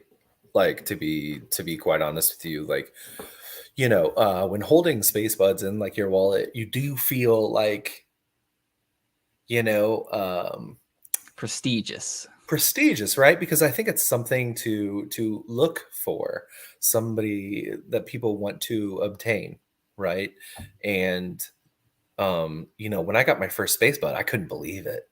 I was like, oh yeah. shit, I'm a space bud holder now. You know what I'm saying? And you felt like, man, this, you know, this is the beginning steps of Cardano NFTs, you know, and they look good as a PFP, like, you know, even though it's not a true PFP, I guess you would say, like it features the whole body, right? Which is something very, it has a really great different historical value though. Right. And so I think that, you know, space bud right now, if you're looking at 5,400, that's like what, 2,600. That's $2,600. Yeah. You know what I mean? Like if you were looking to get your actual money back, hold it. And once Cardano goes up, sell it for 3,000. Yeah. You know what I mean? And at that point, it's likely not going to be worth 3,000. You know, if Cardano's on an uptrend, you know, that's not the time. And maybe I'm wrong about this, but that's not the time I would expect space buds to be on a dip. Yeah. You know, I don't think buds are going to hit 2,500. I feel like you're at a point right now where so many people have bought in at like 6K that to sell for 25, they would like be I like, said, I don't think it'll happen. No. But you know, maybe and you know, between 2,000 and 3,000 is kind of my range. And that would be a large dip. I'm not even suggesting that that's going to happen. Yeah. I'm just saying, because that's the only scenario where I'm in a really bad spot. That's Armageddon. Falling, right. That's Armageddon status. Like space buds falling to like 4,500 or 4,000. Like I still may be down quite a bit, but it's not like I'm super screwed, you know. But like if it really tanks, like things don't go well at all. NFTs are maybe looked at by the IRS or whatever. We don't know. Like something crazy really could come out of nowhere. And I know people are like, oh, that's never going to happen. You're an idiot. I don't even want to listen to you. Like, I get it. I don't want to listen to it either. I get it. I don't want that to happen. But I am preparing for it just on the off chance that it does happen.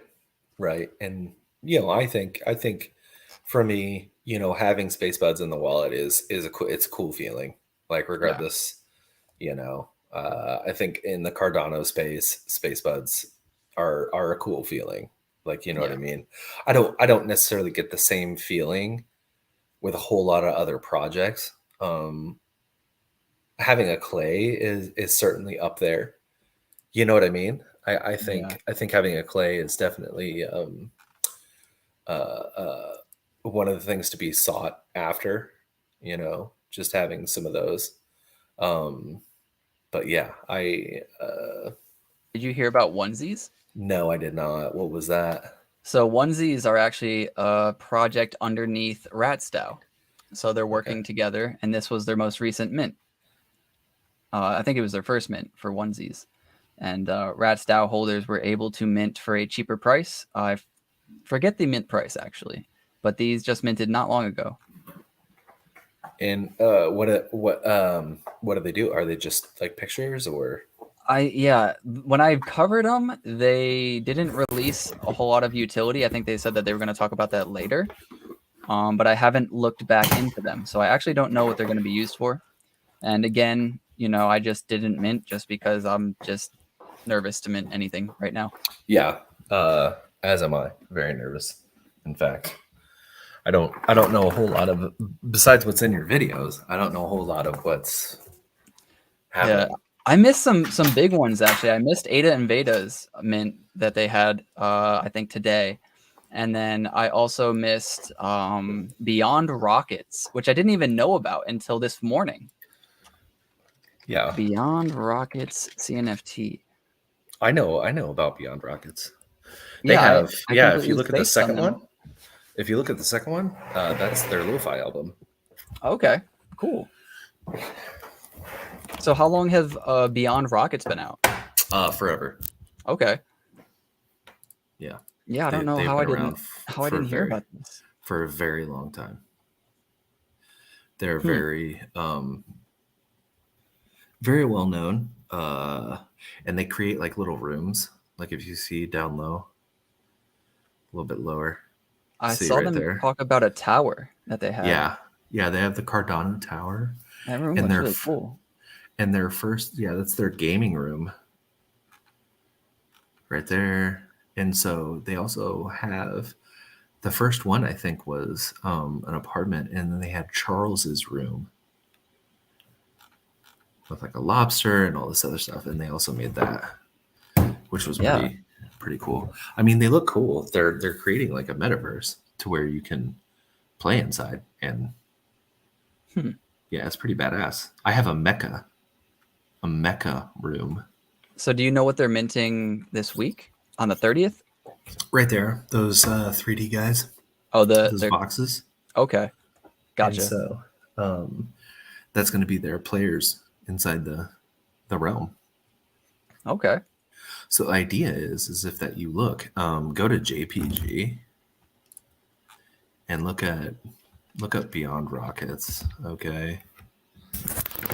And which one? Here's second floor, Adaville house. Yeah, the Adaville. Look at the Adaville. So I want to say that these are the houses that are going to be in there. Yeah, I don't know if these are the only houses, but these are definitely houses. Yeah. And so I think they do look good. Holding some of these. They look like Cardano Villa a little bit. Yeah. This is more like OG than Villa. Yeah. These guys have been in the space for quite some time. Like a very long time. I want to say, if not longer than Aeonium Sky. Oh, wow. Okay. Yeah. So, Beyond Rockets. And if you look at their Charles's office and their first key room, so these have not really dropped in price at all. Even on being there's only 400 of them. Yeah. Even since CNFT.io, they haven't dropped. I bet they've been going up too since their mint's coming up. Could you please explain utilities and space buds? So I think it has yet to be determined. So space buds, the utility right now is just the fact that so you own a space bud, right? So you own the first CNFT ever. Yeah, I think there is, if you verify your space bud, you can get access to an alpha group in their Discord as well. Right. But I don't think there's anything beyond that. And so that's it for right now. The last sentiment was that Barry, who was the dev behind so much stuff inside Cardano, it's hard to just say just SpaceBuds, right? Because he's done so much shit, right? Yeah. The first actual smart contract sale, I think, was because of Barry on Cardano. And Nami was just such Nami. a great thing Nami. too. Like he helped dev Nami wallet. Like there's so much stuff that he did inside the space. And so yeah, I think that being a part of that, essentially being a part of the SpaceBuds community is the utility and right the bragging rights. But he said that he was stepping away for a little while to concentrate on more of the technical aspects of Cardano, because I frankly think that the space is going to have to keep developing, and he's a lead developer, like let's say in the space, right? And so with marketplaces and other things like that. And so he's going to step away for a little while and then come back to the project once things kind of get sorted. And so if you listen to him, like he's talked to Charles, he's like on a first name basis with Charles and stuff. I'm sure he helps them out with certain things. Like, how cool is that? Yeah, it's kind of crazy, actually. Yeah, that's nuts to think about. And so that's why I own a SpaceBuds. I don't expect anything to happen. The big thing that I was going to do was I was going to create a animated series for SpaceBuds, kind of like a cartoon you can look forward to every single month or whatever it may be. That was an idea that I was throwing around because, SpaceBuds holders are like, what's the utility? Because we've gotten new holders and stuff, and they're kind of degenerates. And they're like, what's the utility? When are we going to get our free stuff? And it's like, it doesn't necessarily work like that every single time. Like, you hold a SpaceBuds because you want to be part of the first, right? It's almost like owning a what is it? Mona Lisa. No, not a Mona Lisa. I would say, the CryptoPunks, right? Or something like okay. that. Yeah. Which I don't even know how much those are. Your comparison is way better. I just think of it as like such a high valued item. It is. Yeah, it's a high valued item. People be like, yeah, but SpaceBuds though. dude, there's Like, only oh, shit, yeah. There's only 16 assets listed for their second or their third and fourth floors. Yeah, the Halloween special. Yeah, and the Witch Coven is pretty cool. I like this that is my favorite one. Yeah, and then if you look at the fourth and fifth floor, I think that's where mine is. this is the fourth floor, maybe fifth floor. Fifth floor, yeah. One of these. So I have the Mecca one right over there to the left. Yeah, that guy. Whoa. I have that, the Space Mecca. And I shared a screenshot with them. I said, dude, I've been waiting to mint your guys' stuff for so long or whatever. And I said, got in line, right? Because they do everything through BuffyBot. And I was the last person in line. And I shared feel lucky. I shared the screenshot with them. What was the mint price? Cool. I think it was something like, I want to say like 50 or 60 ADA. Nothing. Okay. You know what I mean? Yeah, definitely worth it. And their lo-fi is good. Like, I like their Yeah. lo-fi. Their lo-fi is pretty good. Maybe I buy their lo-fi too. Is their lo-fi Yeah, it should be. viable? Where's that? It should be try Decentral Land Perk or something. Yeah. Oh, not bad. Yeah. How long is it? I want to say almost an hour. Check it out on Pool. Check it out on Pool. Yeah, you're right. You're right. I definitely want to. I'm gonna look into that for sure. Well, you can play it. Just give us a sample. Can you hear it or no? I personally. You're probably hearing my headphone bleed. I can fix that. I'll have to stop screen sharing and then share. Go to screen share, share system audio, and then do it again. Got it. All right. So let me know if you guys can hear it. Better? Is it loud?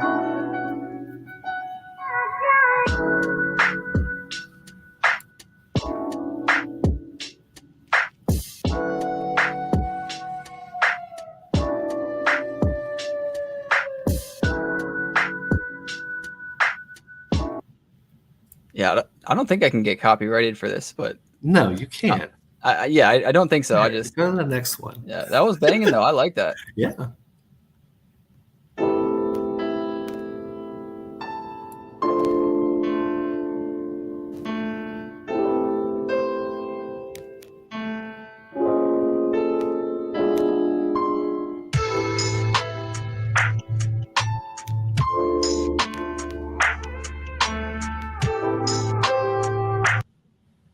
Yeah, those are pretty good. Yeah. Yeah, I'm gonna keep that page up. Yeah. Yeah. And No, I like that. So I think, yeah, I don't know whether they produced it or whatever, or who exactly did, you know, but it came out like on a whim, and I was like, yo, that's really tight. And so I have one. The only problem is, and this is what I wanted to make sure that mine played on mobile, right? So when you go to your pool PM, sometimes that audio will not play on mobile. Like if you bring it up on your phone, right?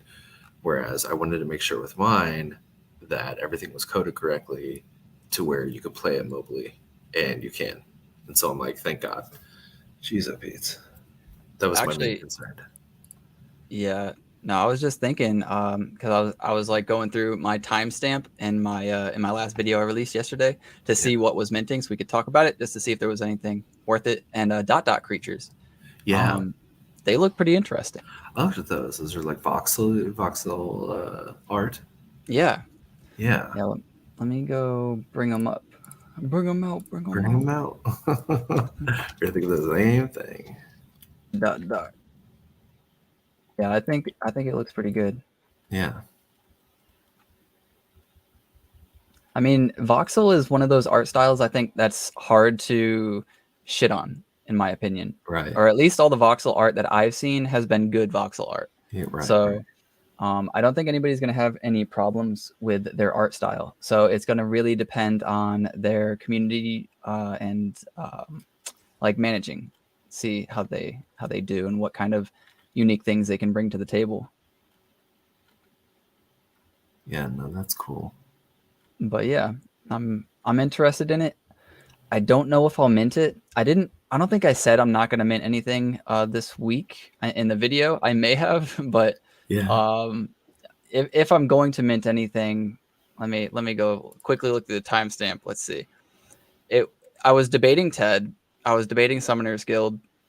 I'm not gonna mint Board Wild Witch. Blocks Investment Group got pushed to another date. Dot Creatures is definitely, I'm debating it. Heart Catchers, I'm 100% not minting that. Ada Exotics, I might, I actually might mint that one. Okay. But I actually, I'll probably buy it off the floor. I won't mint it. Okay. I'm gonna be honest. And then there's Block Owls, which I can't mint, or I would.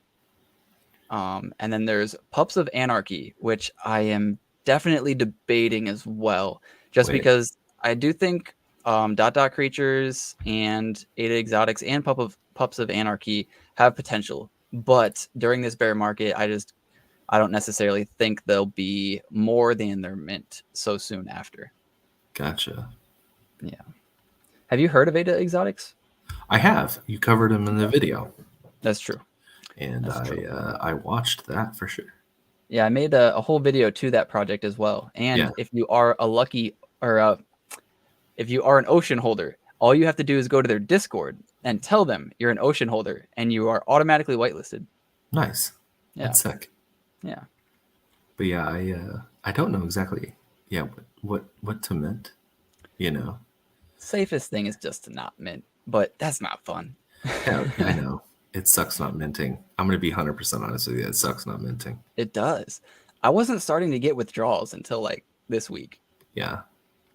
Same thing. Like if I don't buy something or sell Yeah. something in a week, I kind of be like, something's going wrong here. Yeah. I'm not doing enough action here. I don't get it. And I know it's getting late for you. I'll just talk about one more thing and then we'll wrap it up. Oh, that's fine. Yeah. But no, I know you got work in the morning. You're just hanging out because you're a boss. Yeah, I'm actually going to work for the first time tomorrow in a week. So I have a week off Nice. just to take care of my wife. And so I'm actually pretty happy, pretty pleased to go back to work. Nice. Yeah. So Ada Exotics had a mint, and so this is their other mint. Dang. I remember this one. Yeah. So, all right. When I was making their full video, I was looking at these, and these were going for like 9 to 10 ADA a piece. And I think I bought like 4 or 5 of them because I was reading their white paper, and these tokens right here will earn you 70 wild token per day that you hold them. And that's better than even their best season 2. The best season 2 NFT will earn you 60 wild per day. And it will be a fighting game that they're creating, and it will be play to earn. So if you are trying to play the game and be competitive and get their token, which I think you'll be able to use on power-ups or leveling up your character or something along those lines, then you would want to own one of these. And for this price, this is cheaper than a season 2. So I think this is a buy, just my opinion. Yeah. And it's only 20, then 22, jumps to 25, then 29. I mean, bro, it's 30 real quick. Yeah. So that might be something to talk about. Yeah, I think this is an undervalued NFT right here. I don't know if it's necessarily worth more than, I'd say, 40 or 50, but I do think it's probably worth more than 20, just my opinion.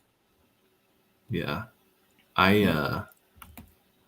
Dude, I'm trying to think what my first NFT was that I tried to get in. Sorry, I'm not trying to make this too. No, go for it. We can go as long as you want. What was it on? It was on Pokemon.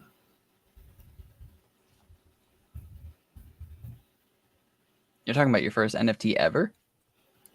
Yeah, one of the first NFTs. Polychain monsters, dude. Is that even on Cardano? No, it's not. I didn't think so. I never heard of that. Polychain. Oh, Polygon maybe? No. Polychain monsters. It's on Polkadot. Okay. And so anyway, like, I don't know if you saw them. Look at them. They're fucking they're like cute. Look at them. All right, let me see these little dudes. See the little dragon? Okay. Yeah. He had these little dragons and stuff. Okay. And so little Spyro looking ass. I see yeah. Okay. And so man, that was like one of my first ones that I ever really like was like, man, I need to buy one of these. This is cool as shit, you know? Boy. I appreciate you, Arrow.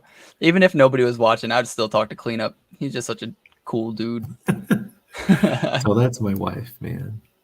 Remind her I'm a cool dude. But shit, yeah, you're probably right. I probably do need to get out of here though. Yeah, we're gonna talk for another hour, and you're gonna wake up and you're gonna be like, "Oh, I hate work. I hate this dude." Yeah, but man, it's crazy to think like even in a year how far we've come. You know, are these worth anything? I don't know. I don't even know what marketplace is this. Like, how do I even check? You should be able to look on OpenSea. OpenSea, okay. OpenSea, and then Polychain Monsters Deployer. I don't know what I'm doing. Oh, is he gone? His computer might have died on me. Well, anyways, guys, this is a perfect spot to end it. Appreciate you guys for watching. Remember, if you want to check out Timmy, all of his socials are in the description below. And if any of this content helped you, please give me a like and subscribe. It really does help out the channel. I love all of you. Thank you so much. This was an awesome interview. And yeah, till next time, always get outside, see your family, see your friends. We're here to make more money so we can spend more time with them. All right, till next time, guys. Peace.